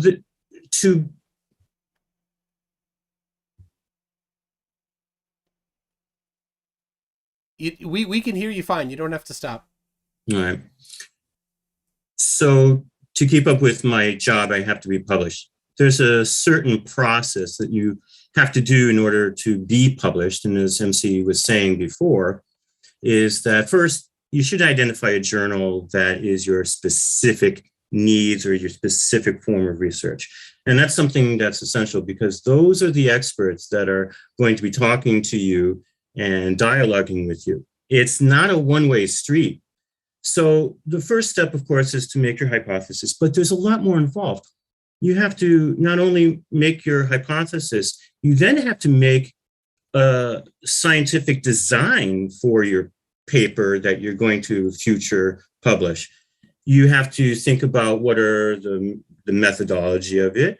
You also have to do a little bit of investigation and research before you begin your paper, because what you want to do is make sure that no one has done this before, or if they've done something similarly, that you're not overlapping too much, or that if you're doing something similar, what you have is different enough to be interesting and also to be something that the scientific world needs to know. So those are the first few steps. Once you establish your hypothesis, once you've got your methodology, once you do all that, you then have to run your test. You have to make sure that you collect your results. Then you have to analyze your results. And then you write your paper. Mhm. So what you're going to do is when you get those results, you're going to look at them carefully. You're going to do a statistical analysis on it, especially since it's a scientific thing, to make sure that what you have is statistically viable. In other words, statistically viable means that it's within a margin of error. And again, any measurement design needs to have a margin of error when you are talking about it, because you want to make sure that your results are not way off the chart one way or another, that they're within an exact and viable way to understand what the results are. Then you write your paper. You have to look and you have to make sure that you record your data honestly, because if you don't do that, they're going to know. Then you send it to the whatever journal is that you want to. You make sure that you include your bibliography. You make sure that you include any appendices as to any variables that you had, anything that you have extra. Look at the journal's specific design about how, even little things like font or, what kind of format that they want you to do. Various journals change. So what you're going to do is then send it in the format that they want you to, with all the data, with all the statistical analysis. And if you don't know statistical analysis, you got to learn it. There is no other, in science, there's no other way to really publish, because if you get challenged on it, well, you can say, well, I did this P with a value of 0.005 or 0.001 or something like that, in that you ran a t-test or you ran some other exotic statistical analysis to make sure that your results are spot on. Then they're going to reject you. And I hate to say it like that, but the first time around, they're probably going to send it back to you and say, this isn't good enough. That you have to think about this, you have to think about that, you have to think about this other thing. And then you do that. You think about this, you think about that, and you think about the other thing. Now, a word about the people who are doing this. Usually they are experts who are asked by the journal itself to say, hey, we've got these papers and we want you to read it. Does it make sense? Is it any good? And it's usually 3, sometimes it's up to 5, but it's usually 3 people who read the paper. And they give a thumbs up, thumbs down, or make some changes. And then you make your changes and you send it back to them, and they can accept it or reject it again. It may take 3 go-arounds, because you're going to want to make sure that your research is tight and sophisticated and on point. But after that, after you've been through that mill, you generally get published. But that's the trick, really, because you have to make sure that your data can be reproducible, that it's understandable, that what you have written is clear, and it's not just a couple paragraphs.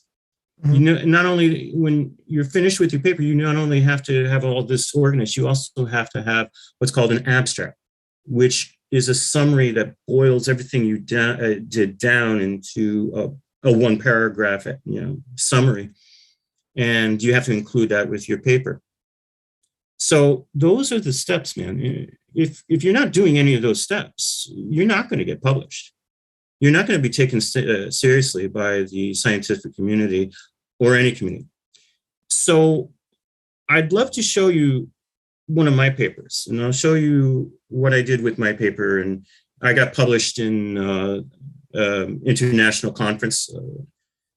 I do reading research, and so I got published in that. And Michael, am I able to share screen? Yeah, I see the green button. Hold on, let me change it.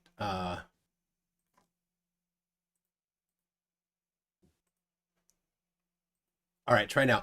Some people are thinking maybe you have the live stream from YouTube playing in your headphones too, and that might be the cause of a delay. All right, you can share now. All right. Thank you for that tip. I've done it to Okay. myself. Sometimes technology can be a bear. All right. Let me share my screen. Let me queue up my thing first. And let's go back here. Okay, great.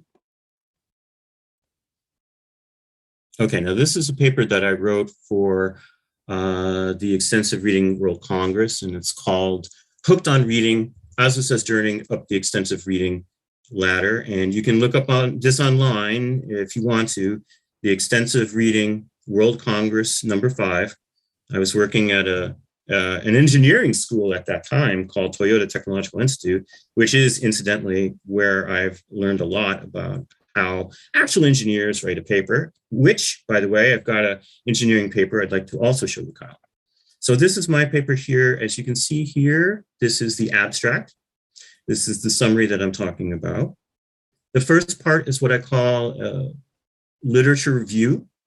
And the literature review talks about and walks through all of the different ideas and influences that I had in order to create my hypothesis or the rationale for my study. And here I have the next point here. You see half of it is the end of the ideas that I'm doing here and the literature review. Here's my data collection method. Now, even in social sciences, when we talk about how did we produce our thing, we have to talk about how did we collect it. Now, this was an interview with one person, and that was in line with this previous here done by Yamanaka. And this is in a way a replication study, which are also very good in science, because if you can replicate something, that means that it hews towards true, does it not? So I talked about my data collection method. I talked about what Azusa did and her experience here. And my hypothesis here is older learners may have more potential than we expect for improving their L2 skills. So I had to research in my data collection whether that was true or not. Okay. I have a second hypothesis. Graded readers can have greater effect, power to learners. A graded reader is a simplified reading text that allows people who are learning a language to access a real reading material, and we believe gain more vocabulary, and I believe gain greater access to grammar, and that's my next project about that. Here's another hypothesis. Extensive reading can probably be understood as practiced by more people outside of school settings. So conclusions and recommendations. Here's how I talk about my data. And I make my recommendations. And I talk about that. And then I have my references here. And then I have my appendix. So if anyone wants to look at the questions that I asked and how I asked them and the responses that I got from Azusa, which is not her real name, they can look at it right here. I included the Japanese. Some of the Japanese I was able to translate myself, some I had help with. And then you can see the Appendix 2 follow-up questions, because I asked the questions and then thought about her answers and then asked her some more questions. You see all that, her Japanese answers as well. Now, I also want to do a new share with, here is scientific. Now, this is from the IEEE. The IEEE is the International, Michael, what is the IEEE again? What does this stand for? I don't know. I'm not a member. Oh, okay. Well, we just call it IEEE. IEEE, right? Yeah. It is a well-established group of engineering journals. People are going to be so mad at me. Hold on. Oh, it's yeah. All right, I'll get the name. Don't tell me the name, people. I won't. I will not. People in the chat. Oh, all right, but okay. So Institute of Electrical and Electronics Engineers. Aha. So I think this is really well up our alley here, because this is the IEEE Journal of Lightwave Technology, Volume 38, Number 19, October 1, 2020. Pretty recent, I would say. Now, Kyle, you see right here, this is the abstract. This is their abstract. And you also have what's called index terms, which means that if someone is doing research on this particular subject as a keyword in what's called Scholar Google, or another website searching engine that allows for academic articles, but primarily for Scholar Google. And if you don't know Scholar Google, please learn it, because it is an immensely powerful tool for research. Now you see here, similarly to mine, the introduction, and they talk about what influences they have. They talk about the features of microwave photonics. They have their charts and graphs talking about some of the researches, what they did, their figures of their schemata, the target of 8 reflections. All of this is laid out. All of this is outlined as clear as, well, to them, clear as can be, clear as mud to me, because any of this electronic stuff, I'm a social scientist. But as you can see, they're explicitly telling the readers who can understand this, how did they do it? In what way did they do it? They're giving the graphs and charts to show differentials of information that the data suggests. Talking about the radar, here's a nice little chart, nice little graphs here. You need all of that stuff, man. You can't just say, well, I looked at my thing and it was nice. No, you got to give graphical representations to your data as well for greater clarity. You got to make tables. You got to understand the science. I mean, if you don't understand any of the science, I mean, you're not going to be taken seriously. Yeah. So furthermore, then just let me finish my point here. Yeah. You have that structure. And as you can see, Kyle, it's more than just a couple paragraphs. It's a well-researched, well-detailed paper talking about all the results that they went through. And again, the authors of this paper probably went 2 or 3 rounds with the editors and the people who were looking at the paper to see if it were worthy of this IEEE journal, and they were challenged.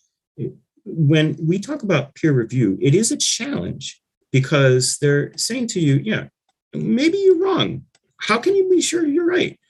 And then there's references as well. Do you see how many references they had? Do you see how many journals that they had to read through in order to get their own paper? My God, it's more than mine. So that's the process, Kyle. It's not just writing a couple paragraphs. It's making a methodology. It's researching a methodology. It's doing research to see what other people say, what other people might think, how they might think. It's doing research to make sure that what you're doing is not just stepping on something that's been done over and over. Yeah, if your research is solid and you're stepping on toes, so be it. But in this journal, the reviewers are honest enough to say, hey, well, we don't kind of like it, but this is the result. These are true results. And, we got to accept it as part of the corpus of science to advance knowledge and to advance the human condition. So I'm sorry my spiel went long, but it's a serious thing. It's not just, you can't just hand wave, oh, well, they're a cabal that just lets their friends in. No, these people are not all friends. Believe me, there's a lot of competition, and you've got to be sharp, and you got to be clear, and you got to really know your science before you play in the major leagues. And that's the long and short of it. And one more thing, I want to agree with Michael about all of the guys and gals in the chat, super chat, challenging you on your military service. Thank you for your service. I don't get on people for stolen valor, because that, hey, look, military veterans, you guys can do that. Having said that, I'm an actual professor, right? I'm an actual researcher. I'm an actual worker in an actual university, and I do take umbrage at you calling yourself a professor, because you're not published. Do you have a PhD or do you have master's degree? Nope. I have 2 master's degrees. I have a master's degree from the University of Hawaii, Manoa, which is my second language studies degree, which gives me the right and privilege to teach in an university ESL. I have a second master's from the Johns Hopkins University, which gives me the right and privilege to talk about the history of science, which is my other application. And by the way, Michael, if you ever need someone to talk to different people about pre-NASA proofs about the structure of our world, I would be delighted to participate in any of the debates that you have upcoming in SC2 and stuff. So, Kyle, do you have any questions for me?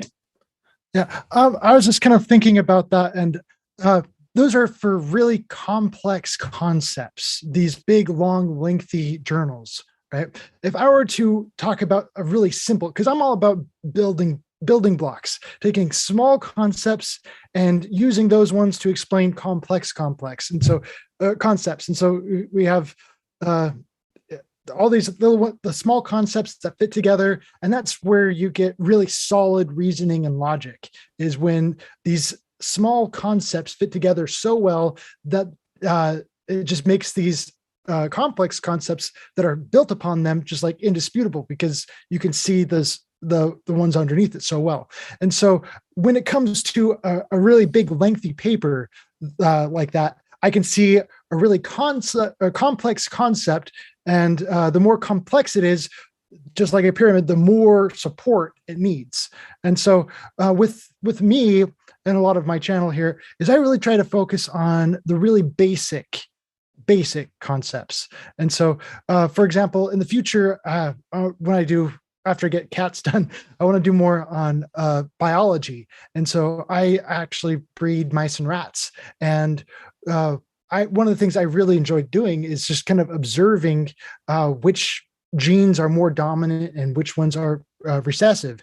And so some mice have really big ears and some have short folded ears. And so if I were to just write a study on that and say, okay, well, I've got one short-eared mouse and one like larger eared mouse, and if I were just to write out of their descendants, I've got a really just one observation that out of their descendants, half of them had large ears, half of them had short ears. And so I just write that up. I could describe that in 2 paragraphs or 3, and said, this is what happened, this is what I observed, and this is what I think about it. And that right there is enough for me, as I understand it. That should be enough for a peer-reviewed article. Just say, boom, there it is. This is what I did. It's really short. It's not much, but it's something. It's an observation. This is what I observed. This is what I think about it. Why do you think that's enough? Because why does it require anything more? Why does it not require more? No, Kyle. Why does it not require more? Well, I like to go with just getting it right to the point. And so this is mouse A and this is mouse B, and right to the point, this is what I observed. And I guess adding more to it can answer a lot more questions. And so if someone else has more questions for me, and that's the beauty of peer review, is you throw something out there and other people, if they're interested in it, are going to ask questions. And so that's where it started off as that's not how a paper works, though. That's how peer review. That's how my understanding of peer review goes. Kyle, that's not how any writing works at all. Writing, snowball effects? No. When you are a writer, you cannot assume that people can ask you a question. You have to think of those questions and then answer those questions. Mm-hmm. Because nobody's going to read a paper and then be able to call you up and say, yeah, Kyle, what you mean on paragraph number 2, line 3 here? No, they can't do that. You have to be very specific. Yeah. I want to make sure that we're using the same language. That's really important. And here's another thing, Kyle. How are you sure that no one else has done this research? Because I look around and I said, I can't find any. Did you look around on Scholar Google? Did you read any of the journals? Did you make sure that no one else has done the study that you have done? Well, that's the entire reason why I go out and make a video about something, is I have not seen this anywhere else. No, I did find not a video. I mean, reading papers, doing actual research. Okay. Well, actual research. Kyle, actual research means reading books, reading journal articles, thinking deeply and critically about the issues. It's not making a video. I can make a video about, how I saw the latest unicorn, and, maybe if I, take the purple unicorn and the orange unicorn together, it can make a nice little rainbow unicorn. I can write that up in a couple paragraphs. Okay. So I can write the color of, okay, this mouse was black and this one was white, and I can try to describe that. And well, this one is kind of a grayish color, or this one is part black. Will you talk about mouse alleles? Are you going to talk about mice chromosomes? Are you going to talk about how there may be latent chromosomes in some of the mice that are black and or white and or gray, and how that factored into your study? I'm sure that could be another topic of another study. That would be a part of I observed study. This. No, that would be a part of that study, because you would have to confront those issues in that study, because you would have to rule out other factors of the mice becoming one or another color. Or you would also have to think about why statistically are some mice this way and some mice another way, even within a similar litter.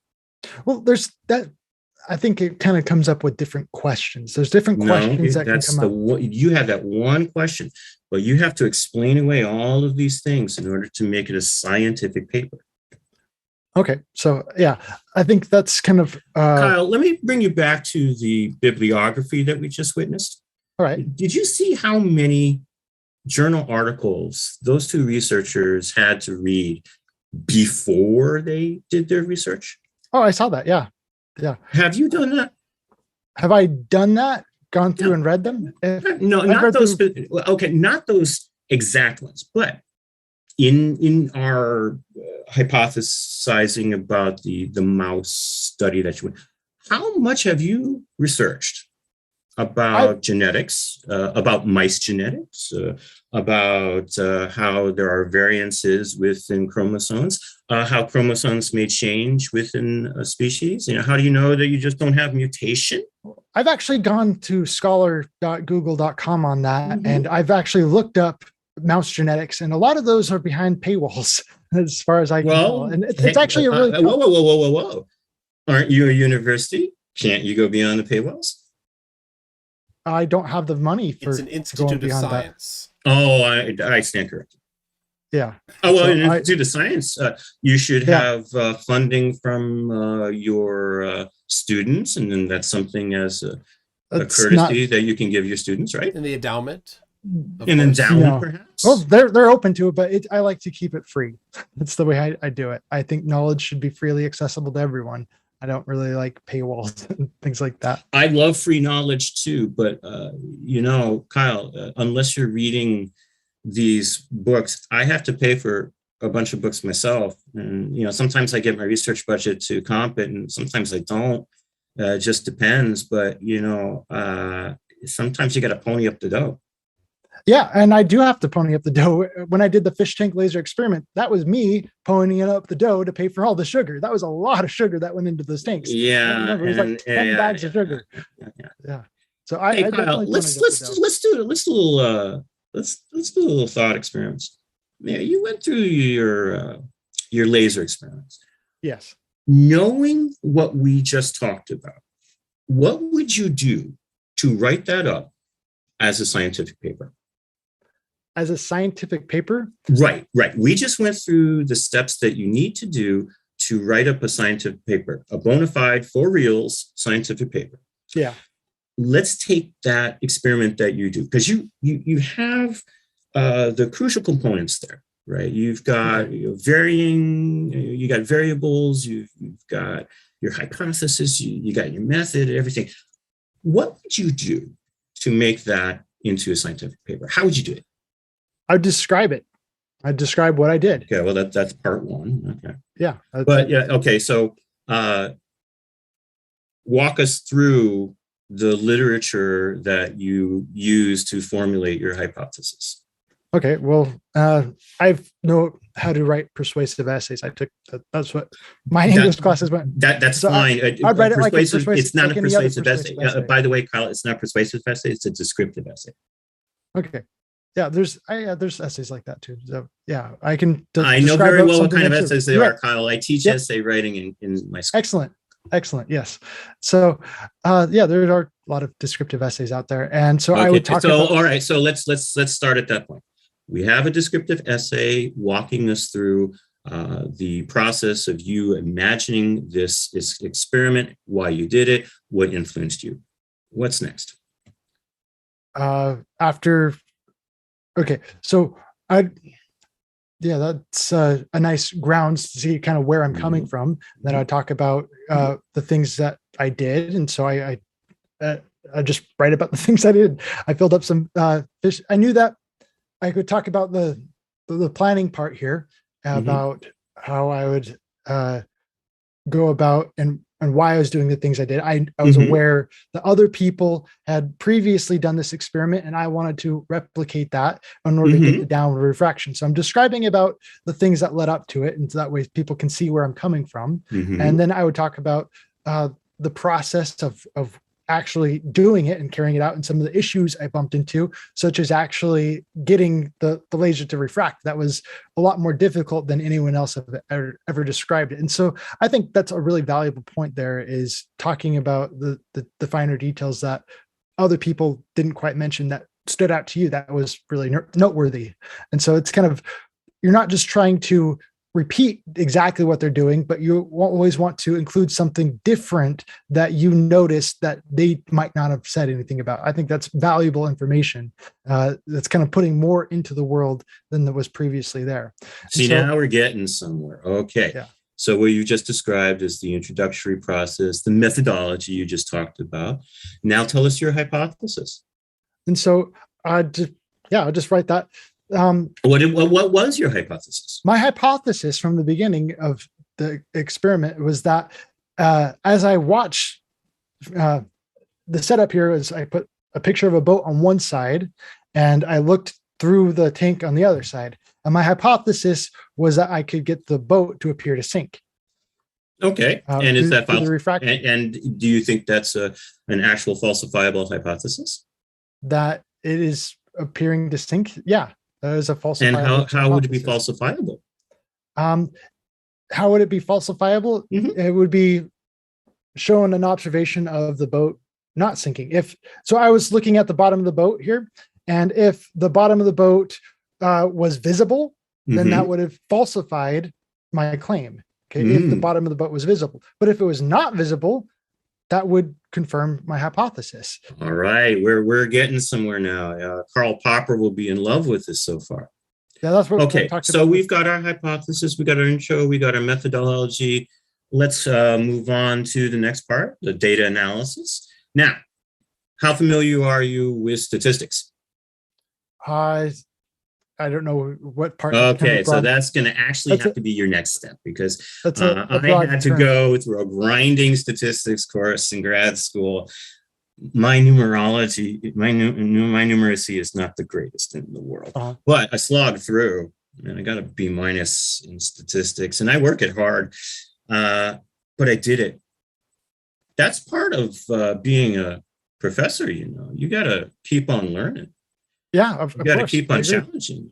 Yeah. All right. So it kind of comes with the turf, because people continually ask you questions, and as you answer those questions, you end up finding out, oh wow, I didn't quite understand that as well as I thought I did, and now I've got a reason to go out and learn more about it. And so that's what encourages more experiments in the future. And that's what I've definitely noticed and that's why I have my entire debate board is I want to open myself to that, to hear what other people have to say. And that way I can build on that and say, wow, I use it as an idea generator all the time. Like more than half of my videos just come as responses to other people's questions. All right. So we agree that you need to learn statistics. I would recommend, as a good start, getting the Complete Idiot's Guide to Statistics. I have that book. It is, I'm not going to say it's a fun read, but it's very clear. It's very simple, and it gives you the basics you need. And then there's another book called Basic Guide to Statistics. But I would actually challenge you get yourself, and you can get it on Amazon for a couple of bucks, maybe $10. Complete Idiot's Guide to Statistics walks you through all of the steps you need to know in order to make sure that the results that you collected from your experiment are viable and valuable. Okay, Yeah. and so that would be the next part. You do that data analysis, and then you would do your conclusions. And your conclusions is the hardest part, I think. You have to really think clearly about what did you get and be honest about your results. So I think your next step, man, is to take that experiment and write it up the way that we talked about, and then, put it on your website at first and then shop around for a good journal, because I wouldn't recommend the Extensive Reading World Congress journal for your experiment, nor would I recommend the IEEE one about the microwaves. Find the journal that is looking to talk about light and optics, maybe, and then once you've written it up, part of selling and finished your abstract, send it to them. Yeah, well, it comes down to their audience, and is that going to help them sell more magazines? No, it doesn't. No, nothing in an academic journal helps anyone sell any magazines. It's not a magazine, first of all, it's a journal, and it's going to keep chugging along and on and on. You are really conflating a popular magazine with a scientific or academic journal. Academic journals don't care about subscription numbers. Michael was talking about predatory journals. They do. So there are a lot of journals out there that you can just pay them, and it's a lot of money. So don't do it. But if you pay them, they'll publish you. Oh, sure. But they're not accredited, and they're not valuable at all. They're worthless. So there was a journal I was reading recently about Moon. Someone by the last name of Moon, and they were talking about how there is no such thing as a vacuum. There's no such thing as a perfect vacuum. There's always something. It's a very low pressure system that we have all around the universe. Yeah. Except, but he was talking about except in very localized areas like the Earth. Yeah, he was talking about particle physics, as it turned out. And so, but I was just kind of looking at that journal, and it very much looked just like another magazine. So, yeah, there can be critiques like that. Okay. Michael, thank you for this opportunity to talk with Kyle. Kyle, thank you for the opportunity to have a dialogue. Yeah, I'd love to have more conversations with you in the future. I think you've got I would love that. That would be my joy. That would be my pleasure. Yeah. Yeah. So I'm always trying to get things better. Write your paper, you're Kyle. a good person to rub shoulders with. Write your paper. Yeah, write my paper. Yeah. And so there's some things that can be expressed better. I can help hook you up with somebody that might give a first draft review. Yeah, there are some things that can be expressed better in words, and other things that I think are just expressed better with pictures. And so if I want to talk about what make your graphs, if I want to talk about what a mouse looks like, for example, I prefer to just show you a picture of the mouse and let you kind of instantly describe it. Perfectly acceptable in most academic journals. Okay, that's a perfectly acceptable thing. In fact, I've seen it hundreds and thousands of times of photographs of these things. A picture speaks 1,000 words. And so absolutely, I'd rather not explain it. I'd rather just say, this is a picture. And so that's kind of how it goes. Okay. I think I've taken up probably too much of everyone's time. Greg, I got to read this from Alyssum. Says, Greg, I wish I would have had professors half as interactive and forthcoming as you are. 10 of 10. Please come back to Toon's channel often. That is from Alyssum too. Thank you. Now, I actually, Alyssum, I take that as high praise, because you are actually a very critical thinker. I found in the comments, and you make me laugh. So thank you. Yeah.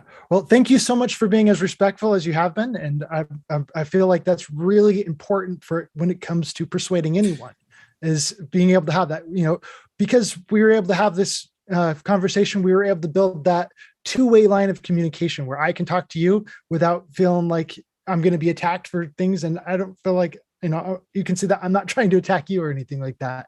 And so that's really important, because putting up walls it doesn't really help anyone. And so, write your paper, Kyle. Okay. All right. Thank you, everyone. And by the way, my last name is a French name, and it's hard for a lot of people to pronounce. So you can say Gagnon, Gagnon, Gagnon, anything you want. That V is actually a 5 because when I was making my thing for YouTube and everything, it needed some number or other symbol. I don't know why. So I chose 5 because Gregorio Gagnon V sounds magisterial, don't you think? Yes. Yeah.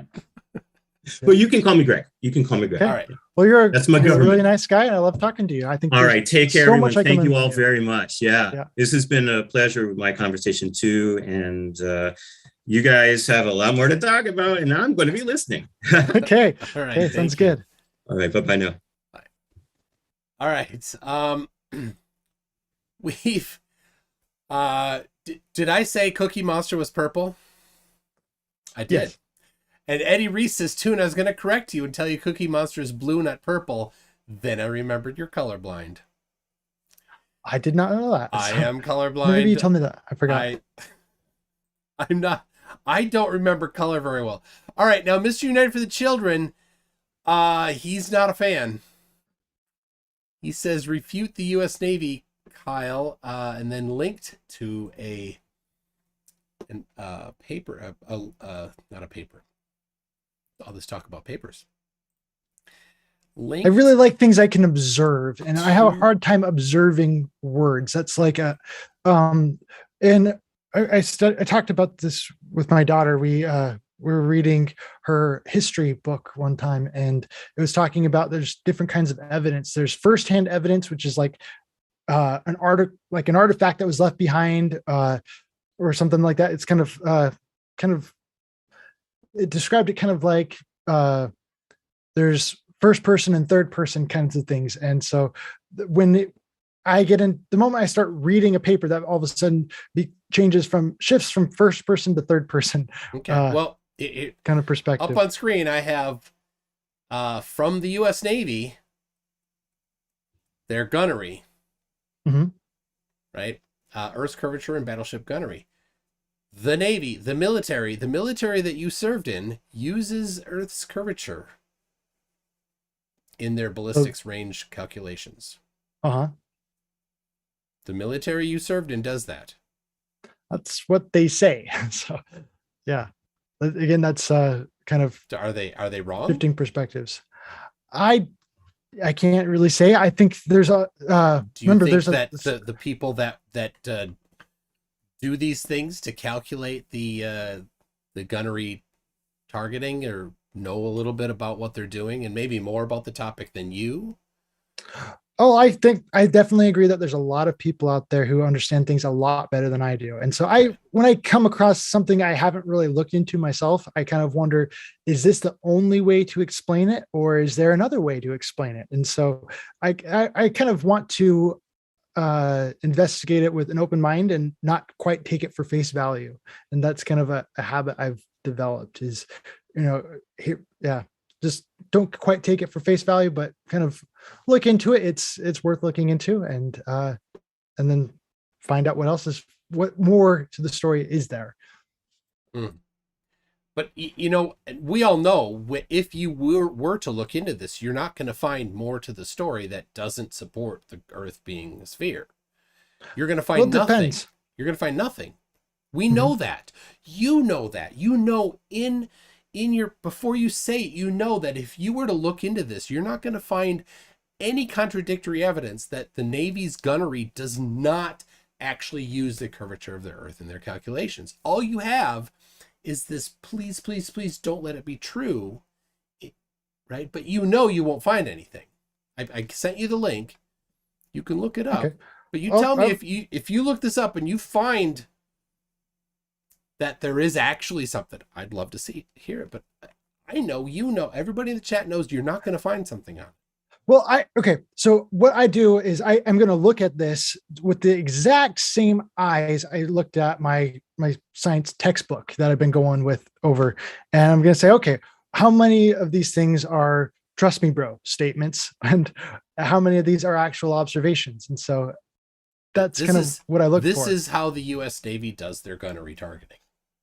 Is that a trust me, bro statement, or is that a verifiable fact?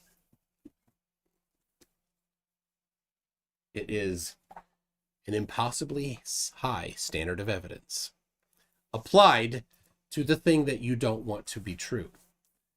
Okay. How is that an That's what it impossibly is. standard? How is that an impossible thing when I just barely said what it would take to verify it? It's not impossible. I look for possibilities things all the time. I just ask, is there an observation of this taking place? What, and so you can ask, what is an observation? What would you consider to be an observation? And I can tell you what would it be. I would say many different documentations that they have instructing their service personnel how to do their targeting. Okay. And so I would like to actually see a video of one of these instruction video things. I'd like to see a video of this. YouTube isn't actually where people do their work.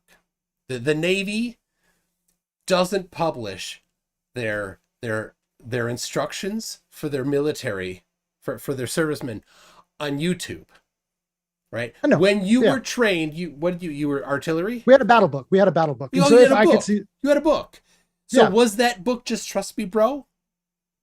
Did you or did you do the things in the book and then you got the results? There's a big book. It was a great big thick book. We called it the battle book. Did you do the stuff in the book and then you got the results? Or did you I didn't do everything in the book. It was a big book. We talked about a lot of things. Not get the results. Yeah. For example, the book taught us about how to reinflate a lung. Okay. About kind of where you do and where to stab a person. I've never reinflated a lung before. So I can't say I've had those results. Does that make sense? Yeah, we're not talking about first aid. Oh, well, the book talked a lot about first aid. That was kind of part of the battle book, as I recall. And so the battle book just talked about the basic things that a soldier needs to know. And one of those things was first aid. And so because I do not have experience with a lot of these things that they talked about in first aid, I've never, talked to someone who's had a de-inflated lung that needed to be reinflated. So I can't say I've verified that for myself yet. Okay. So everything is false unless you did it yourself. No, I didn't say that either. Well, I didn't say that either. Like. Okay. I just said everything is under suspicion. I didn't say that, but I'm telling you that now. Okay. Everything is under suspicion until I've actually gone and verified myself. I think that's totally fair to say that. Yeah. Right. All right. I'll turn this off. Okay. Got a few more here. And that's to the point. Bridge the Divide says an argument from incredulity is not evidence. I agree. But that's all you had there so far. Okay. So that I don't believe it. That's what incredulity is. I don't believe it. I don't understand it. That's right. Yeah, and so that's kind of what you were telling me before with the model of horizontal refraction. I don't believe it. I don't understand it. And so we have evidence. It goes both ways. No, you have no evidence that it doesn't. Your side has no evidence, right? I can give you, and I talked about one paper that I've read that I could send you talking about horizontal refraction. Okay. Right. So I do have some evidence for it, but your side doesn't have any. On what topic again? Horizontal refraction, because that's what we were talking about in particular. Okay, so there's horizontal. My side. Well, you haven't seen it yet, and so there's no evidence that you're aware of it. But I've talked a lot about in my other videos that I didn't bring up was about the firmament, about how my model specifically has a firmament overhead, and that firmament refracts the light that passes through it, and that's how we get our seasons. And so that's something I very specifically talk about. So you say the sun is on the other side of the firmament? That's what I have in my model. Yes. I might distinguish myself in that way from a lot of other flat earthers. And that's where you have to really watch out for classifying one flat earth model versus another. I know there's a lot of people out there who claim that the sun is underneath the firmament, but I have not seen any it doesn't make sense to me that way. And so it's kind of, I'm incredulous on that one. The I'm sorry, guy but that was I see a lot more just on, evidence. the guy that was just on thinks Uh-huh. that the sun is inside the clouds. The guy who was just A on. couple miles up. Yeah, the guy I was on. The professor? No, 2 hours ago. Oh, okay. Yeah. So I'm definitely not him. I don't see enough evidence to Kiwi support that. flurf. Yeah. Yeah. I don't understand how, I can only explain the seasons. I can only explain the seasons with the sun being on the other side of the firmament. I don't know how to explain the seasons. So I'm not saying he's wrong. I just don't have enough common ground between him to have that mutual understanding of where the sun is. I think with the sun being on the other side of the firmament, it just answers so many more questions for me. And so I find a lot more evidence for that. And try writing that up using the process that was just going over there a little bit there. Yeah. Well, I really, as we just discussed about pictures, and I think a picture speaks more than just merely writing it up. It says so much more. That's what I try to do. This one right here. The picture. That picture. Yeah. A picture speaks so much more. Yes. Yes. A picture speaks so much more than words. And so if you want to say, this person saw the earth from the moon, you can say it in words, but which is going to hold more validity for you? Do you agree with me that seeing a picture holds a lot more validity than reading about it in a book, just words? Is that common ground between us? Does a picture hold more validity than just merely written words? Not necessarily. I won't go that far. So is written words more valid than a picture? I won't say that either. Okay. It depends on the situation. Yeah. And so that's kind of where I'm coming from, is I don't see them as equal ground at all. I actually view a picture as more valid. Do you have a picture of the dome? Do I have a picture of the dome? Well, I have. Okay. It's kind of like looking at a picture of a window here. Okay. Just because I can see through the window. It's less words. Okay. Just because I can see through the window doesn't mean the window's not there. And so instead, I'd rather throw things at the window and watch them bounce off, and then have that speak for itself. And so that's what I did. But you haven't had things bounce off the firmament either. So that's not what I showed in my picture. I showed things bouncing off the firmament. That's a major foundational claim in my curriculum. That things have bounced off the firmament? Yes. Yes. What? Well, I talk about the first thing I talked about was the nuclear missile strikes on the firmament. And how high did they explode? I have no idea. You didn't even bother to check that? You could. It's not that difficult to find. Okay. If they exploded nuclear bombs against the firmament, then you could find out how high they were when they exploded those bombs. Then you would have an elevation for the firmament. That's putting a lot of trust in them. Well, you trusted that they exploded bombs next to the firmament just a second ago. Well, make up your mind. Did they explode bombs next to the firmament or not? Which one? Okay. That's what the evidence is showing. Okay. So then look at how high it was.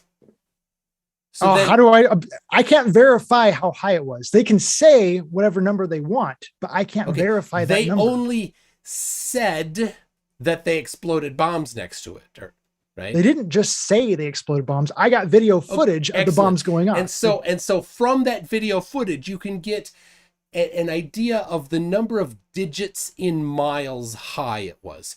2 digits high, 3 digits high. I wish I could. 4 digits high. You certainly can. Because how? Well, you could see. Did you see from launch to explosion? No, I did not. I only saw them exploding in the sky. Are there launch to explosion videos? Not that I'm aware of.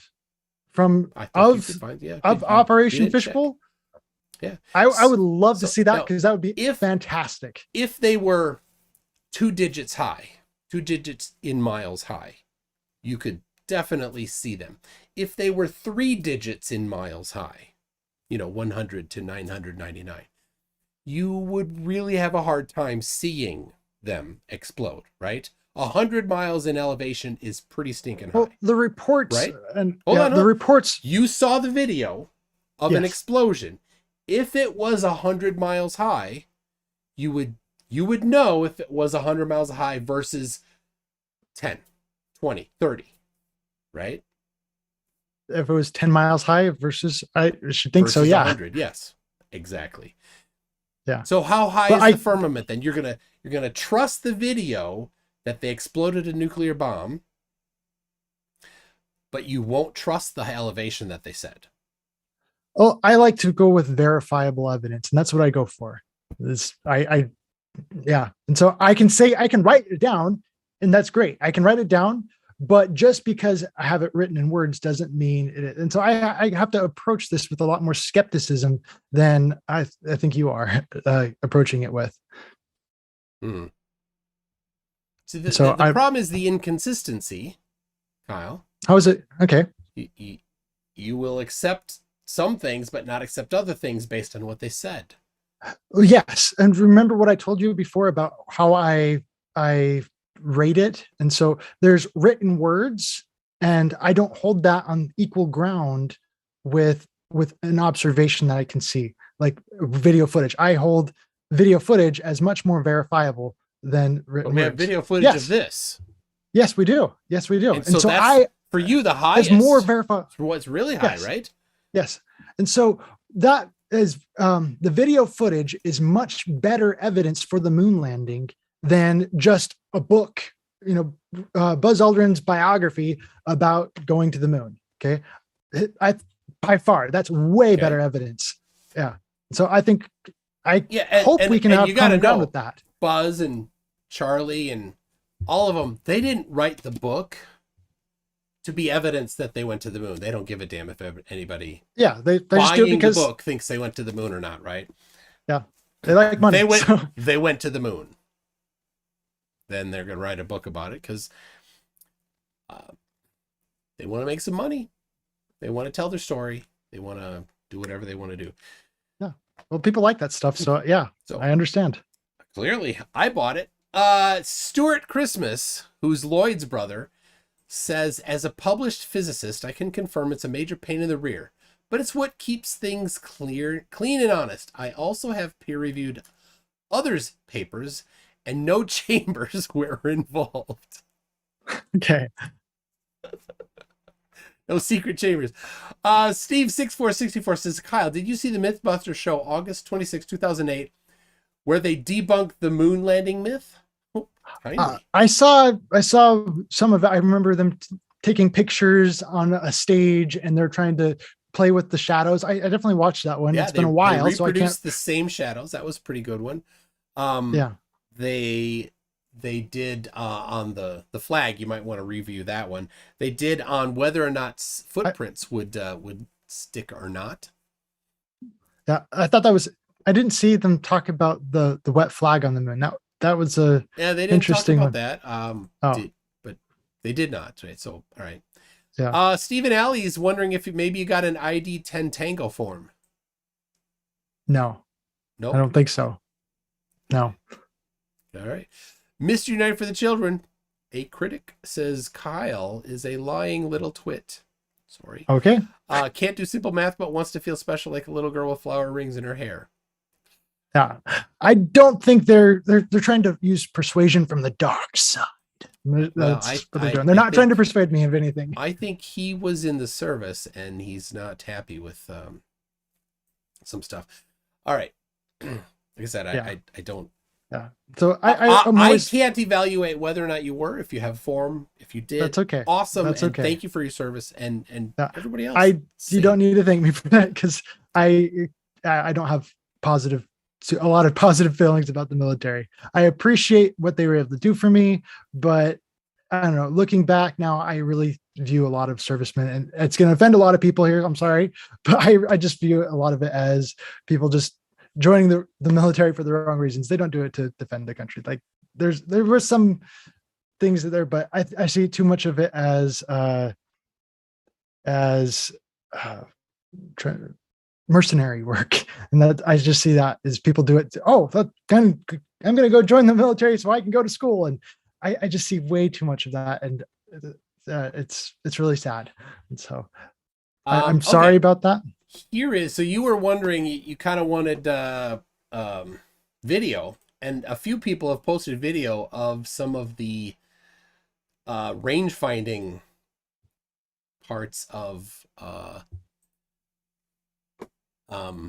the training. And right here is a video, range finding and fire control, plotting your demise.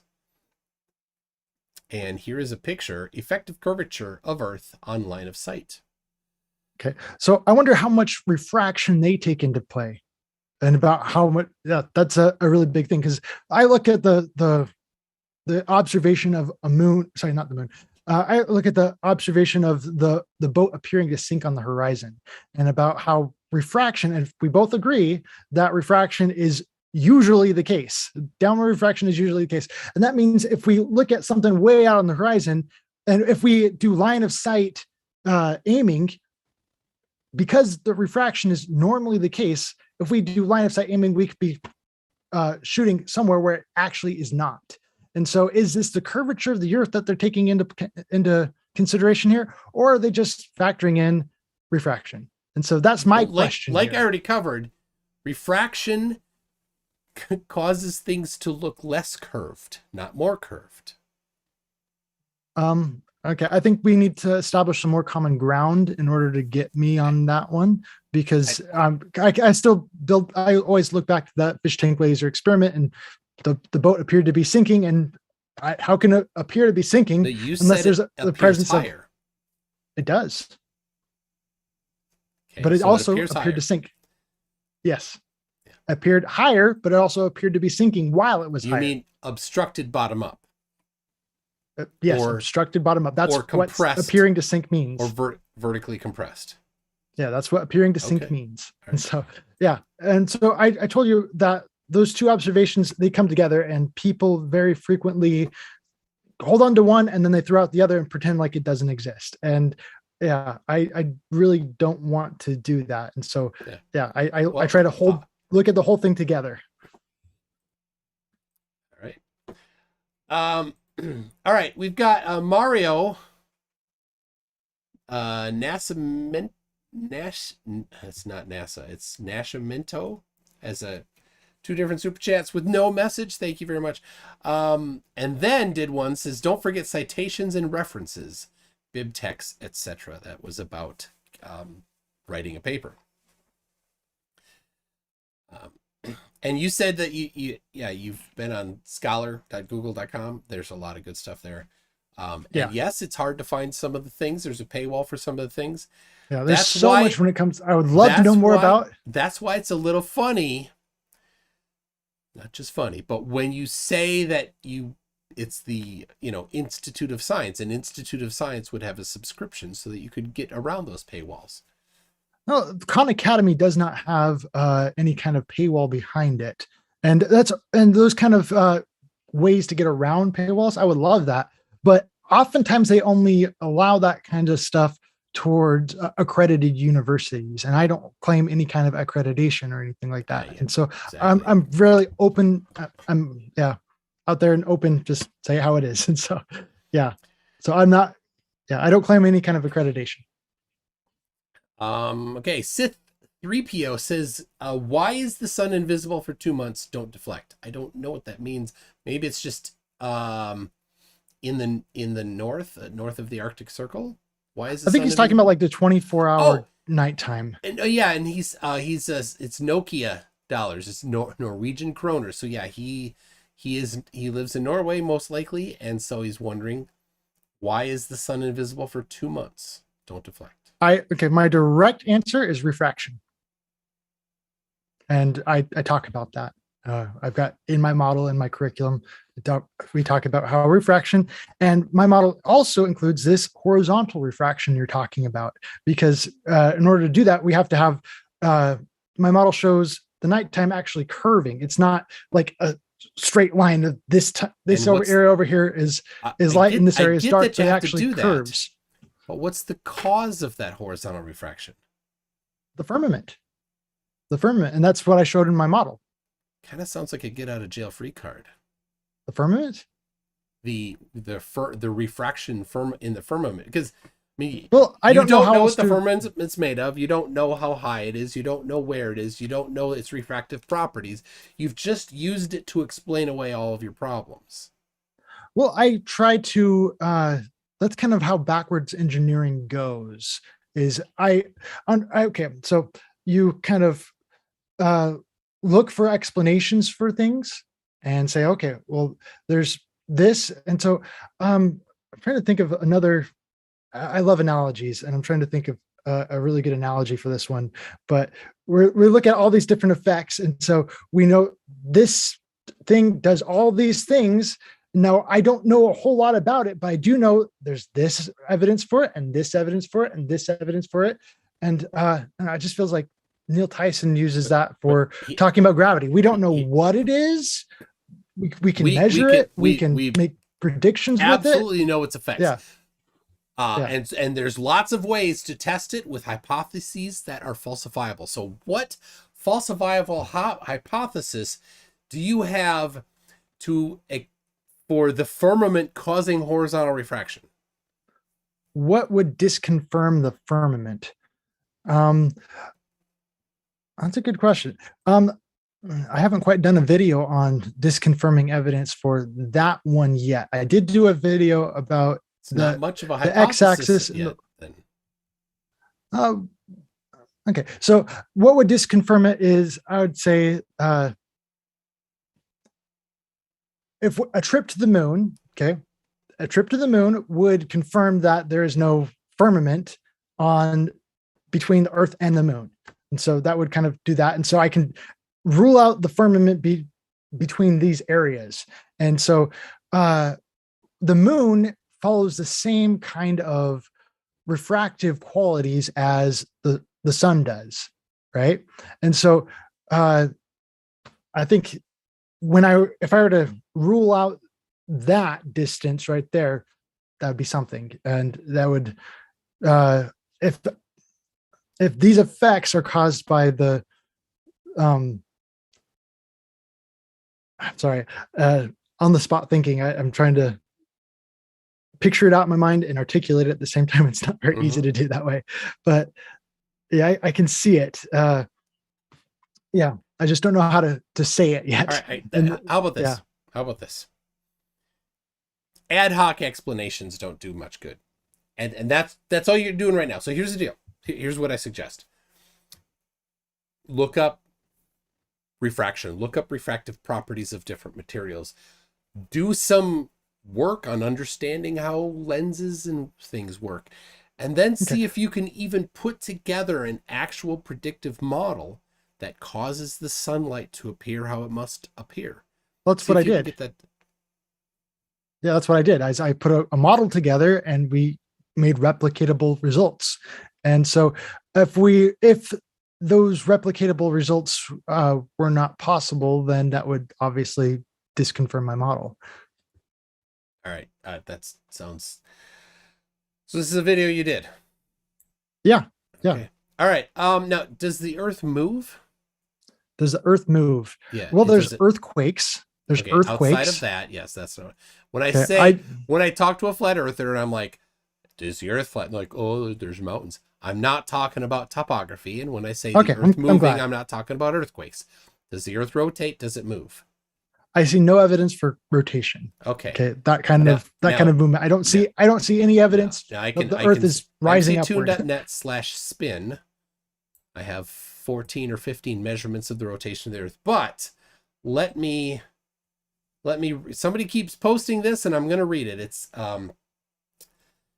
Helaman 12, which is from Helaman. He's trying to quote the Book of Mormon. Helaman 12. Helaman 12 verse 15. And thus, according to the word, the earth goeth back, and it appeareth unto man that the sun standeth still. Yea, and behold, this is so, for surely it is the earth that moveth, and not the sun.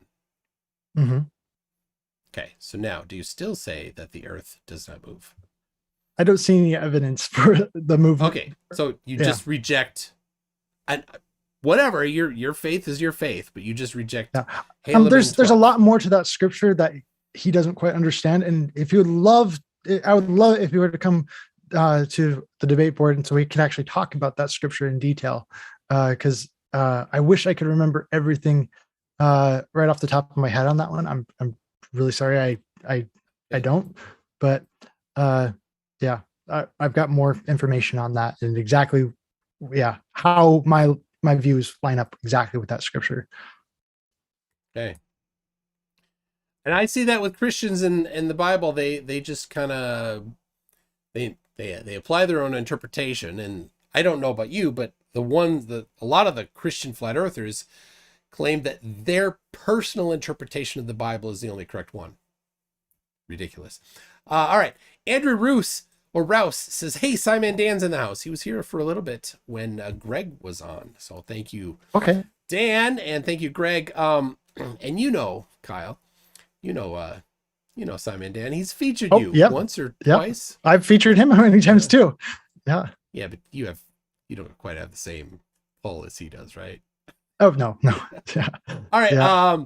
Eddie Reese says, I like Greg. He should totally come back soon. Yes, Greg is pretty good. Bridge the Divide says, scholarly article. I saw a flower today. It was pretty. Its petals were purple. It was sunny. The end. That doesn't sound very scholarly, does it? Okay. Well, so it's about, I like just stating observations and these results. And so of building those blocks. All right, here's a good one. Those building blocks are important, even if it's really, really, really basic. Just some really simple observations that can be described. The simple and basic ones have already been covered, though. That's why journal articles aren't going to be interesting. Well, if I could find them, then I'd say that's covered. But if I can't find anything out there, I would like to say, since no one else can find it, I'm just going to throw this out there until someone else can pull up something else and say, oh, look, someone else covered it. And then I can say, oh, wow, yeah, you did cover that. You know what? Yours is actually better than mine. So yeah, a lot of the simple stuff was covered instead. Before the days of journals. Yeah. And so if it is, then I would love to see it. But if I can't see it, then I can treat it. You won't find them. They weren't published. Yeah. It was just. And that's the problem. Anyway, and so therefore I should have the right. Stuff. Therefore I should have the right to publish it because no one else has published it. Because it was there before the journals existed. So I'd rather have some resource for someone to be able to reach if something's better than nothing. George Natchik says, good night, all. I got a headache from listening to this nonsense. MC Toon's going to get a bill for a bottle of naproxen sodium. I have your address. I'll send it to you if you need. All right. This from Charles Christensen says, apologies for calling stolen valor. Didn't know the guard had their own forms. Active duty. Everyone gets the same discharge paperwork. So there you go. Okay. Cretan Ball, Kyle doesn't seem to understand the difference between an elementary school science project and the rigors of publishing actual science. Yeah, I work with elementary school kids, so yeah. It should be novel. It should be something people haven't discovered before. That's the point. So it gets harder and harder. The bar is always getting raised. So yeah. Bridge the Divide. Is this his argument? I don't have money, so all of science is wrong. No, that's not my argument. Oh, all right. Greg, Stephen Alley, or Stefan, I don't know. If it's got a PH, is it a V sound or a PH sound? It's inconsistent. Says, Greg, you have a great beard. 10 out of 10. Total statesman. There you go. All right. Chilgamesh is saying, can you give us the name of the video where you explained Helaman? I can't find it. Helaman. I did not make a video on that one. It's on my debate board. It's on your debate board. Okay, yeah. People. He has a debate board. It's on what website holds Miro. it? Miro. Okay. Anybody can sign up and go on there and totally free. It's all web-based. You don't have to download anything. I have an account and I get an email every day. I had to stop it. I just got too much. He has all sorts of things in there. Every video I've ever made is on there. Well, not every video I've ever made. There's a lot of old Rat videos that I did a long time ago that are not on Rat, there. But the 80s metal band? No. Yeah. No, I used to have Rats. Round. Yeah. I did some rat videos a long time ago with like my very first rats that I kept as pets, and I taught them how to go fish, how to go swimming in a fish tank, and they used to catch fish in a fish tank, and yeah, it was amazing. Okay. So, yeah. Mark Beiser, Kyle, your mouse experiment would be good for a participation ribbon at a 6th grade science fair at best. Not trying to be mean at all. It might have come out just a teensy bit mean, Mark. That's okay. That's okay. Yeah, it's something's better than nothing, and I've never seen anyone else do it, and so that says that's video worthy. And so right. I want to do that eventually. I just got to get this cats video out for Simon and Dan over there, and I was actually thinking about doing that for Christmas. What do you mean this cats video for Simon and Dan? Oh, well, that's our big thing is between us is every time he does a video about me lately, he's always talking about doing flat earth biology cats, because that's a thing that I did a poll for, and he came to the poll like a month late. And so after I already prepared a video about gardening, because that's what the poll said, then he jumped on and made a big deal about cats. Because as soon as he made his video, the poll was still up like a month later. And so everyone went back and found that poll, and then they jumped in cats. And so, I see. Okay. Some time now. It's been some time now, but I still do want to honor that, and I do want to make the video about cats, and it's gonna be a fun experimenting on animals kind of a video. When you just so you know, when you say cats, in relation to Simon and Dan, I think the person who goes by Conspiracy Cats is who you're talking about. So, no, okay. Now I'm talking about doing actual experiments on cats, and so yeah, I love cats. I just can't eat a whole one. Yeah, I just want to find out if cats like the taste of tuna or salmon more. And so it'll be a fun Did that project. Go over your head? Did. Cinnamon Control says, one of your best streams in a while, MC Toon all around. Well, thank you very much, Cinnamon Control. And Greg and Kyle, I appreciate that too. All right. It scrolled off. I think right there, that is a power. There's a power in writing that I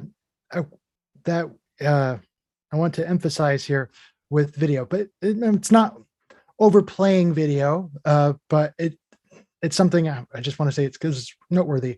So I could do a video about pretty much interviewing 10 different cats and finding out what their taste preferences are. And then I can have that observation, which is really important to have that observation. And then I can write about it and say, and summarize what was shown in the video. And that's where writing comes into play. But writing by itself without the observation loses its power. And so I wanted to say that. I think that's really important when it comes to peer review or something like that, is as long as there's a physical observation with it, that's where the power comes from. But without that physical observation, you lose it. All right. Here's one from Mario Nascimento. It says Web of Knowledge and Simago. Simago is a indicator of journal ranking. It's how often a journal is referenced. He's just talking about some of the ways, the metrics for a journal. And then Quek the Quartile, which maybe is check the quartile. I don't know. But it's not something familiar to me. But I think those are things that are about journal impact and how good a journal is. So Mystery Night for the Children, to the referencing the curvature of the earth in their calculations about the military, you said, quote, that's what they say. Yes. The liar just called the U.S. military liars. Okay. Then he again called you a cowardly little liar. Then he said every military on the globe uses math, and he calling you a liar again, lies like a worm, just like when he's trying to use the dark side to persuade me, and yeah. Just like when he says he has a science degree. You have an arts degree, not a science degree, right? It says science on the degree, and so I put that in my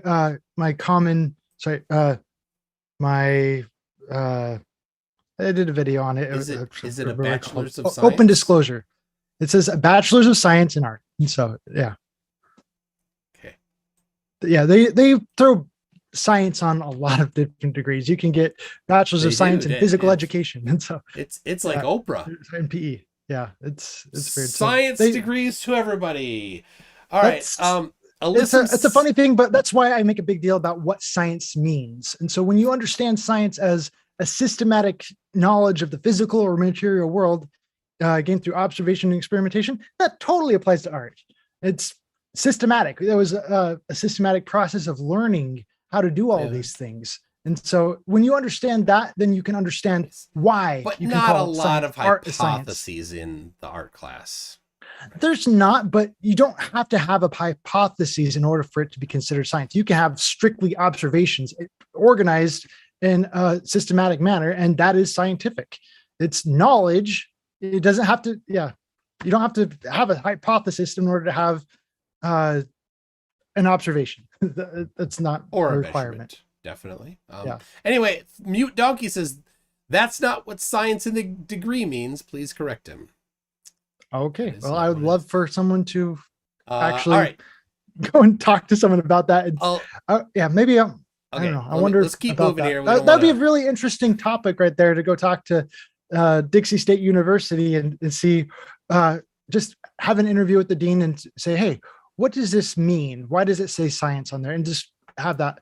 But I don't know. Being that you have an association as an alumni.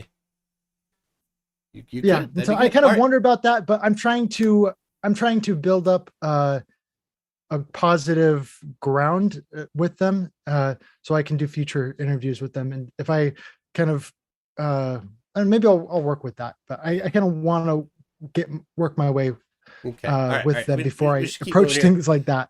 I don't really have a casual relationship with them just yet. All right. Alyssum says, Kyle, if you can, try getting flight lessons. I can guarantee you won't be a flight earther for long afterward. For flight lessons? There's a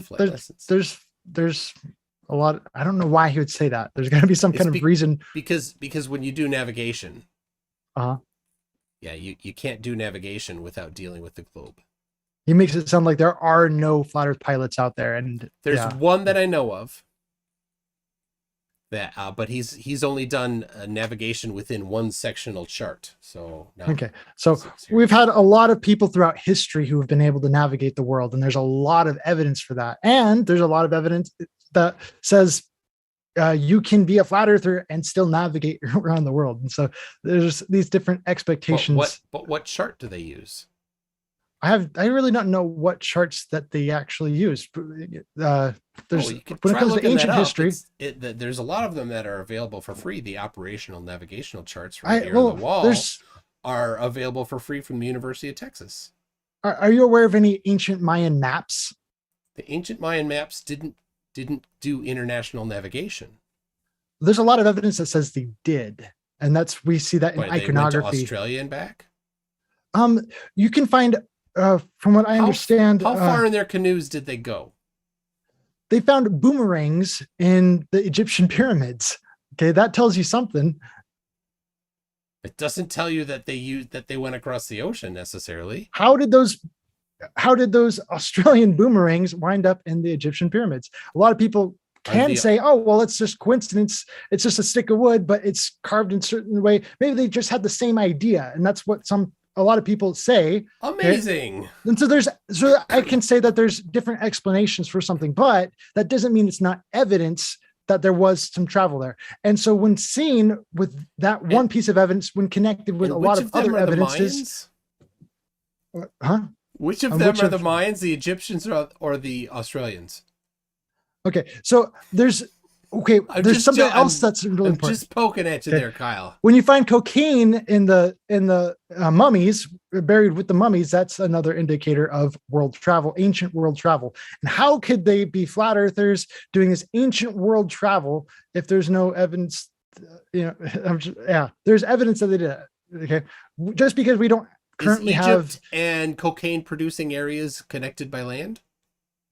No, cocaine is an American thing, and there's no land. I guess there was the land bridge that you could try to point and say, you can make a claim that travelers traveled from America across the Bering Strait to Egypt, and that's how the cocaine wound up in these Egyptian mummies. And so, yeah, that's kind of a long journey.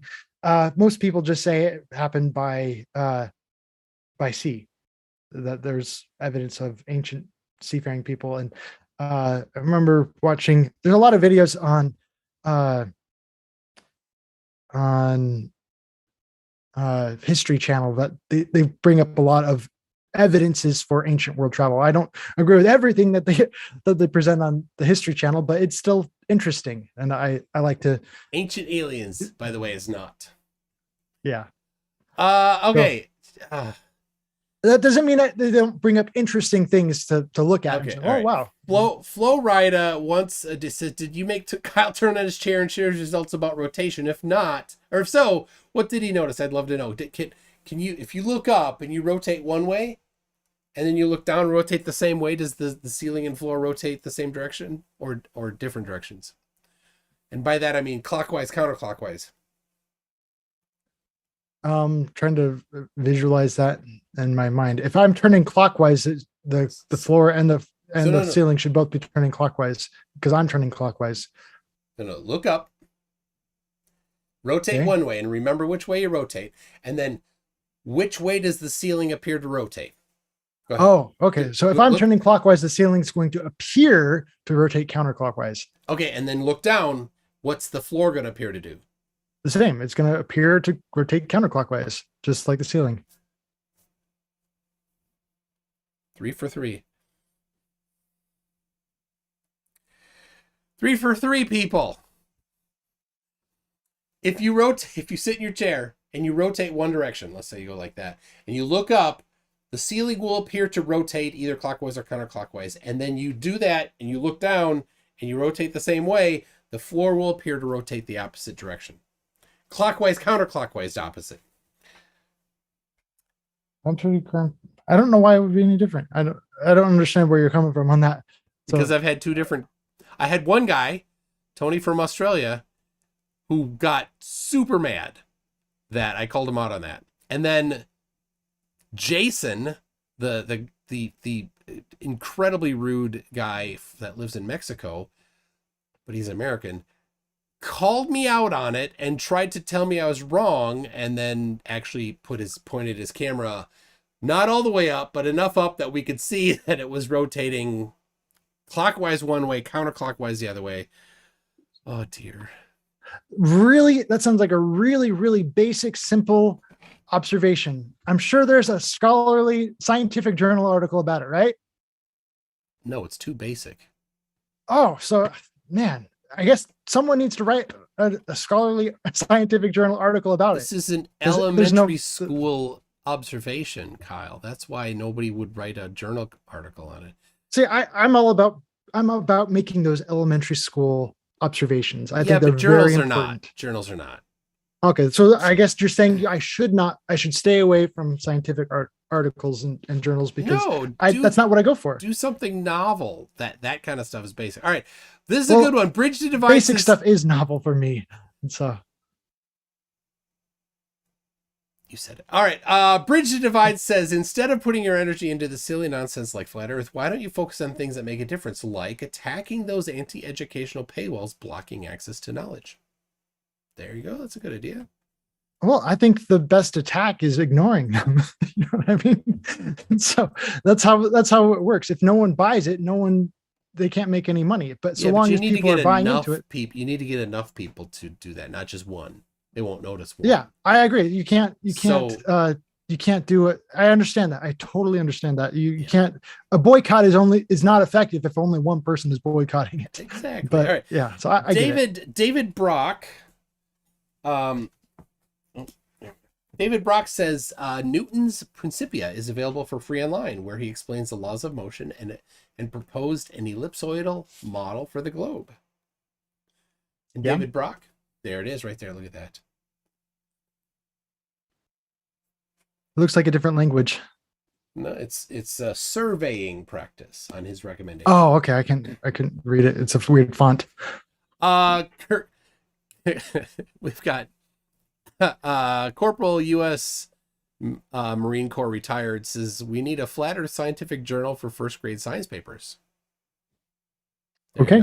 So Anyway, yeah, you could go get and read the Newton's Principia. That's why I try to focus on the small things, because if it's really basic, that's what they teach in elementary school. But so I start reading a really basic science textbook, and then the number one criticism I get is, "Oh, sorry, you're going too basic. You need to be reading the college level material to find the basic stuff you're looking for." I'm like, I don't know. There's a lot of finger pointing. If I go do that, then they're like, "Oh no, that's basic stuff. That's elementary school stuff." So that's where I kind of have to go with a little bit of both here.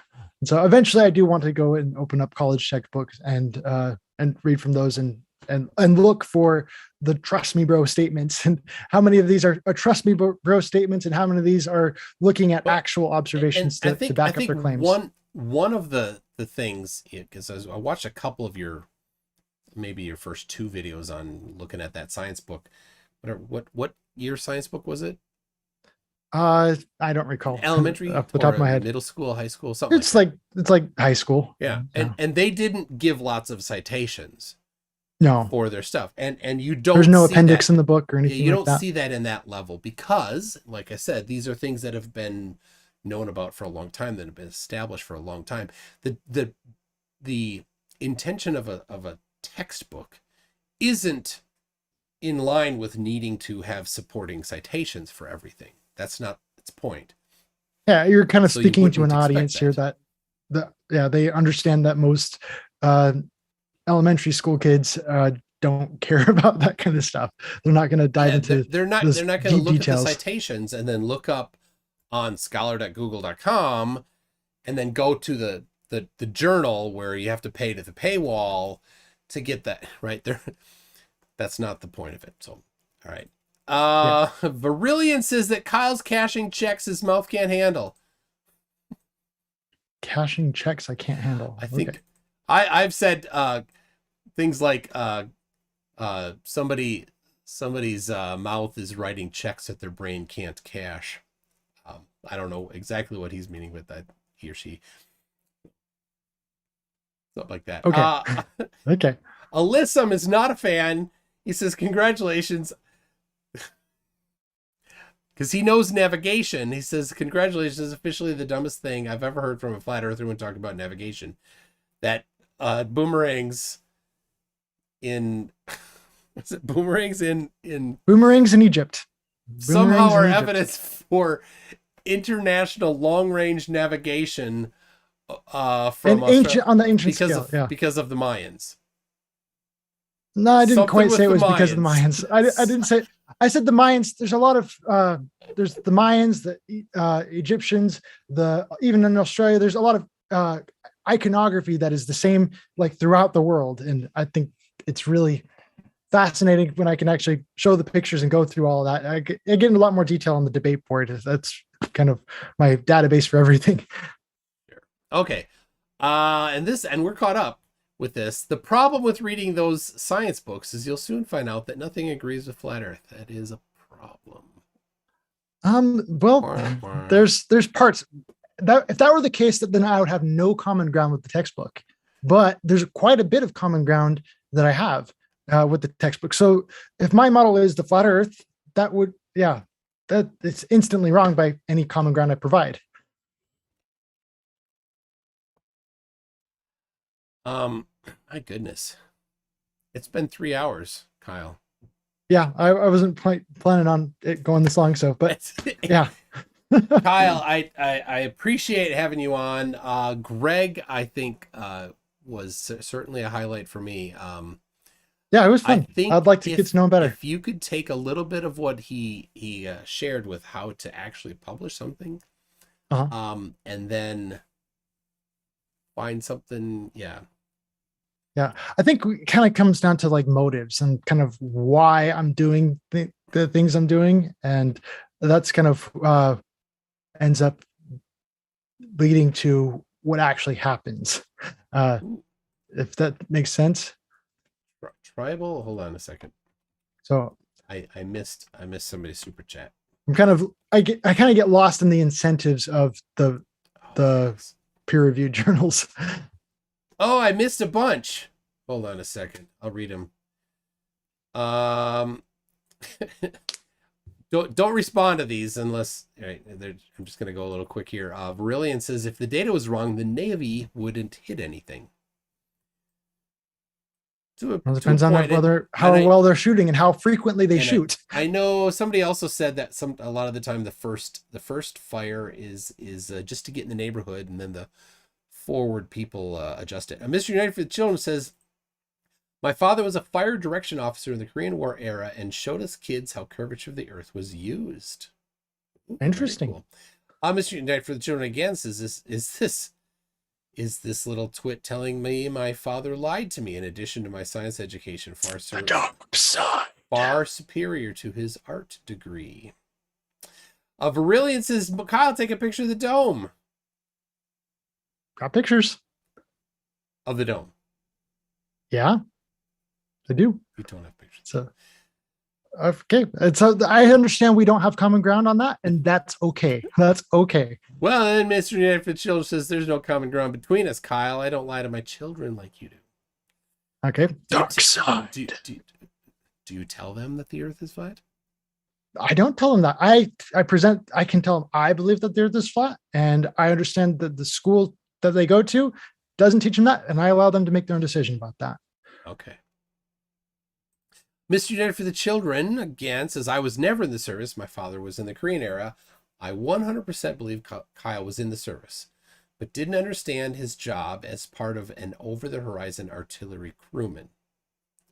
I never did the calculations for anything like that. I put ammunition into the barrel and I pulled the trigger. So okay. There is no math required for that job. So are you familiar with who was the people that were doing the calculations? That was a different MOS, and yeah, they. But did you meet them or talk to them? Were they part of your team somehow? Not on our team. Okay, that's all done over the radio. Someone else punches in the coordinates. They tell us what to do, and we just say, okay. You didn't really know. You couldn't say, "Oh, I met this guy that does this." I don't. And it was never an in-person thing. They do their thing far away from us. All right. Caucasian Sensation says, hello, everyone. What did I miss? You missed a lot. Caucasian Sensation, by the way, will be on the SC Toon Show on Friday. And here is the little thing. You don't see this, Kyle, but everybody at home sees the thumbnail for the video that will be on Friday on the SC Toon Show. Now to Tribal Guy 2 says...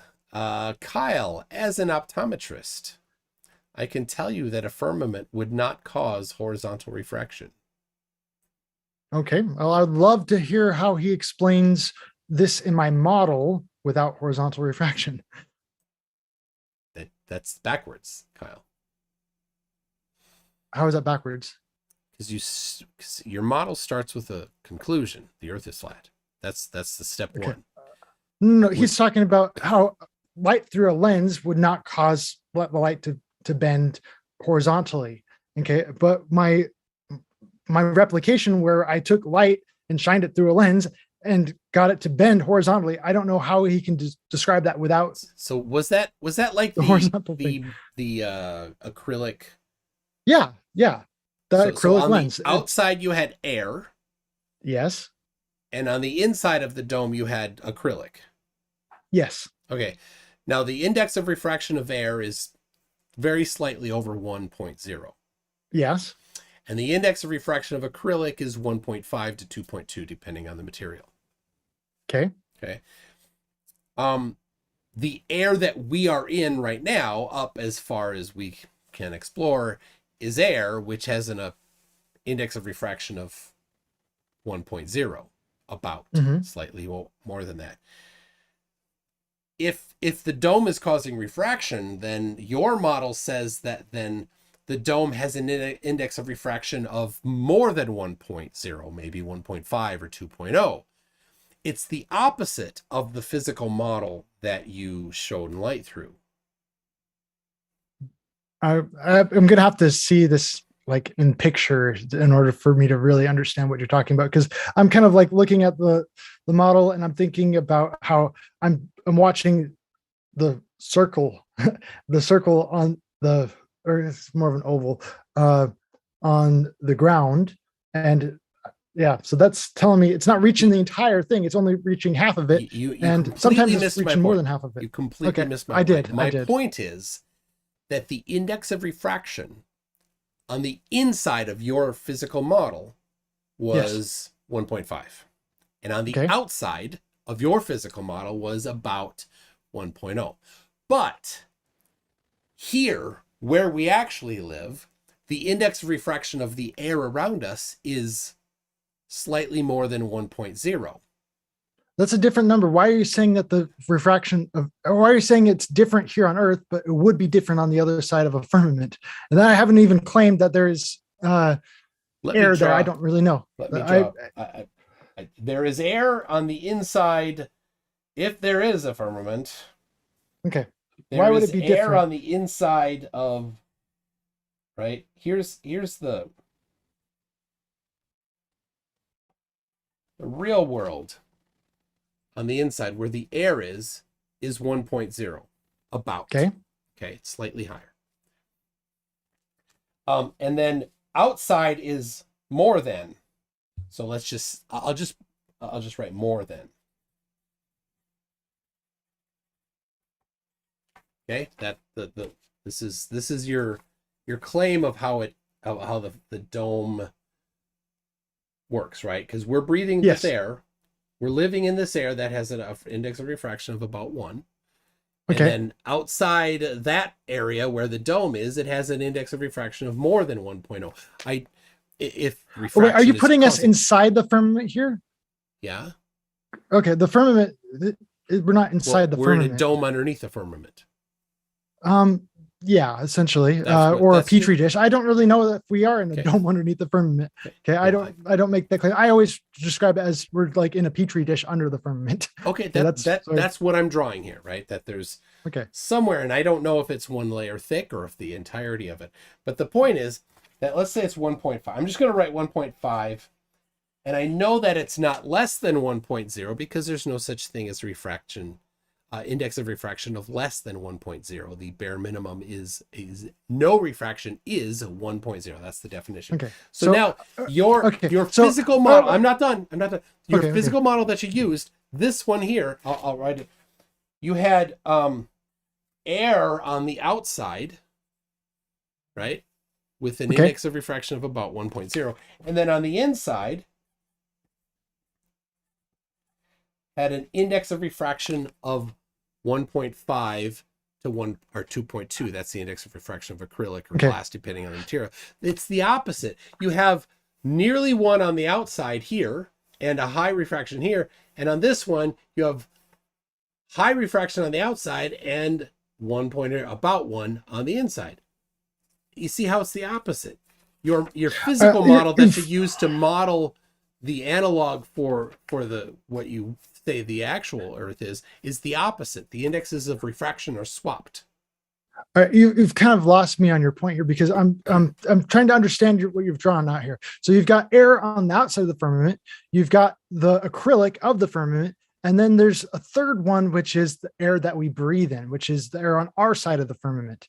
And so we've got the 3 layers, but I'm only seeing 2 layers on your side. And so that's where I'm kind of getting confused. They're separate here, right? Drew the zigzag. Okay, where? Okay, so we've got 3 layers. Okay, there's the air on the other side. Okay, there is the acrylic, and then there's the air on our side that we breathe. Okay? Oh, so you think there's like all right. So like this. All right, hold on. We're not stuck in.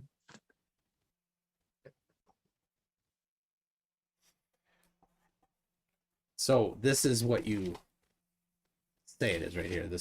There's this layer like this.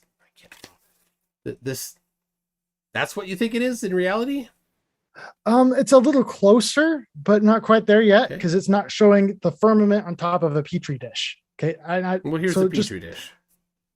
Okay. So you've got the air on the outside. Okay. Then there's the because that's what's showing in my model. Okay. There's air on the outside, then there's the firmament, and then there's a petri dish underneath. So then you did your the one that you used, did it have was it solid all the way through, or was there air in the middle? It's totally solid. That's the firmament. Right. It's so Vermilion. My firmament is totally solid, and yeah. No. The one that you showed in your video. That's totally solid. So the inside was, so it doesn't match this one then. That's right. Okay. It doesn't match that. It's not a good analog then. I did not show a firmament in my video like that, and I did not do my demonstration was not like that either. And so that's why you're describing things that are not connecting with what I presented. And so I feel like there's kind of that miscommunication going on there. And so it's really helpful when you're able to point at something that I actually showed in the video and then build on that.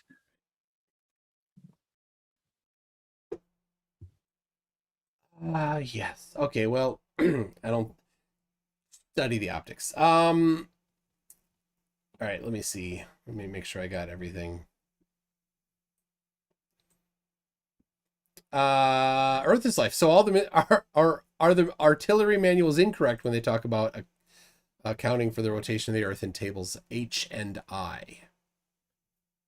H and I. Tables H and I. I don't know what he's talking about. Well, I added the H not and part I. That wasn't part of my. That's not part of my MOS. I understand. I don't know what he's talking about. But the solutions for artillery firing manuals from the U.S. military have tables H and I, that both of them are adjustments for the rotation of the Earth. Yeah, and I don't have that in front of us, and so I can't really get into details on that. Okay. And so well, I can send. I don't know enough about that either. So yeah. But I'm open to investigating it and having further discussions on that in the future. Mr. United for the Children he's fired up. He says, right, my father told him what to do, then told us how it worked. Kyle has had no idea and denies those who did. And then one more from Verillion. I'll read. Your experiment was flawed if your dome was solid to the Petri dish. That's not reality, as there is air. I never said there wasn't air. All right. And so, yeah, clearly I'm misunderstanding your thing. Okay.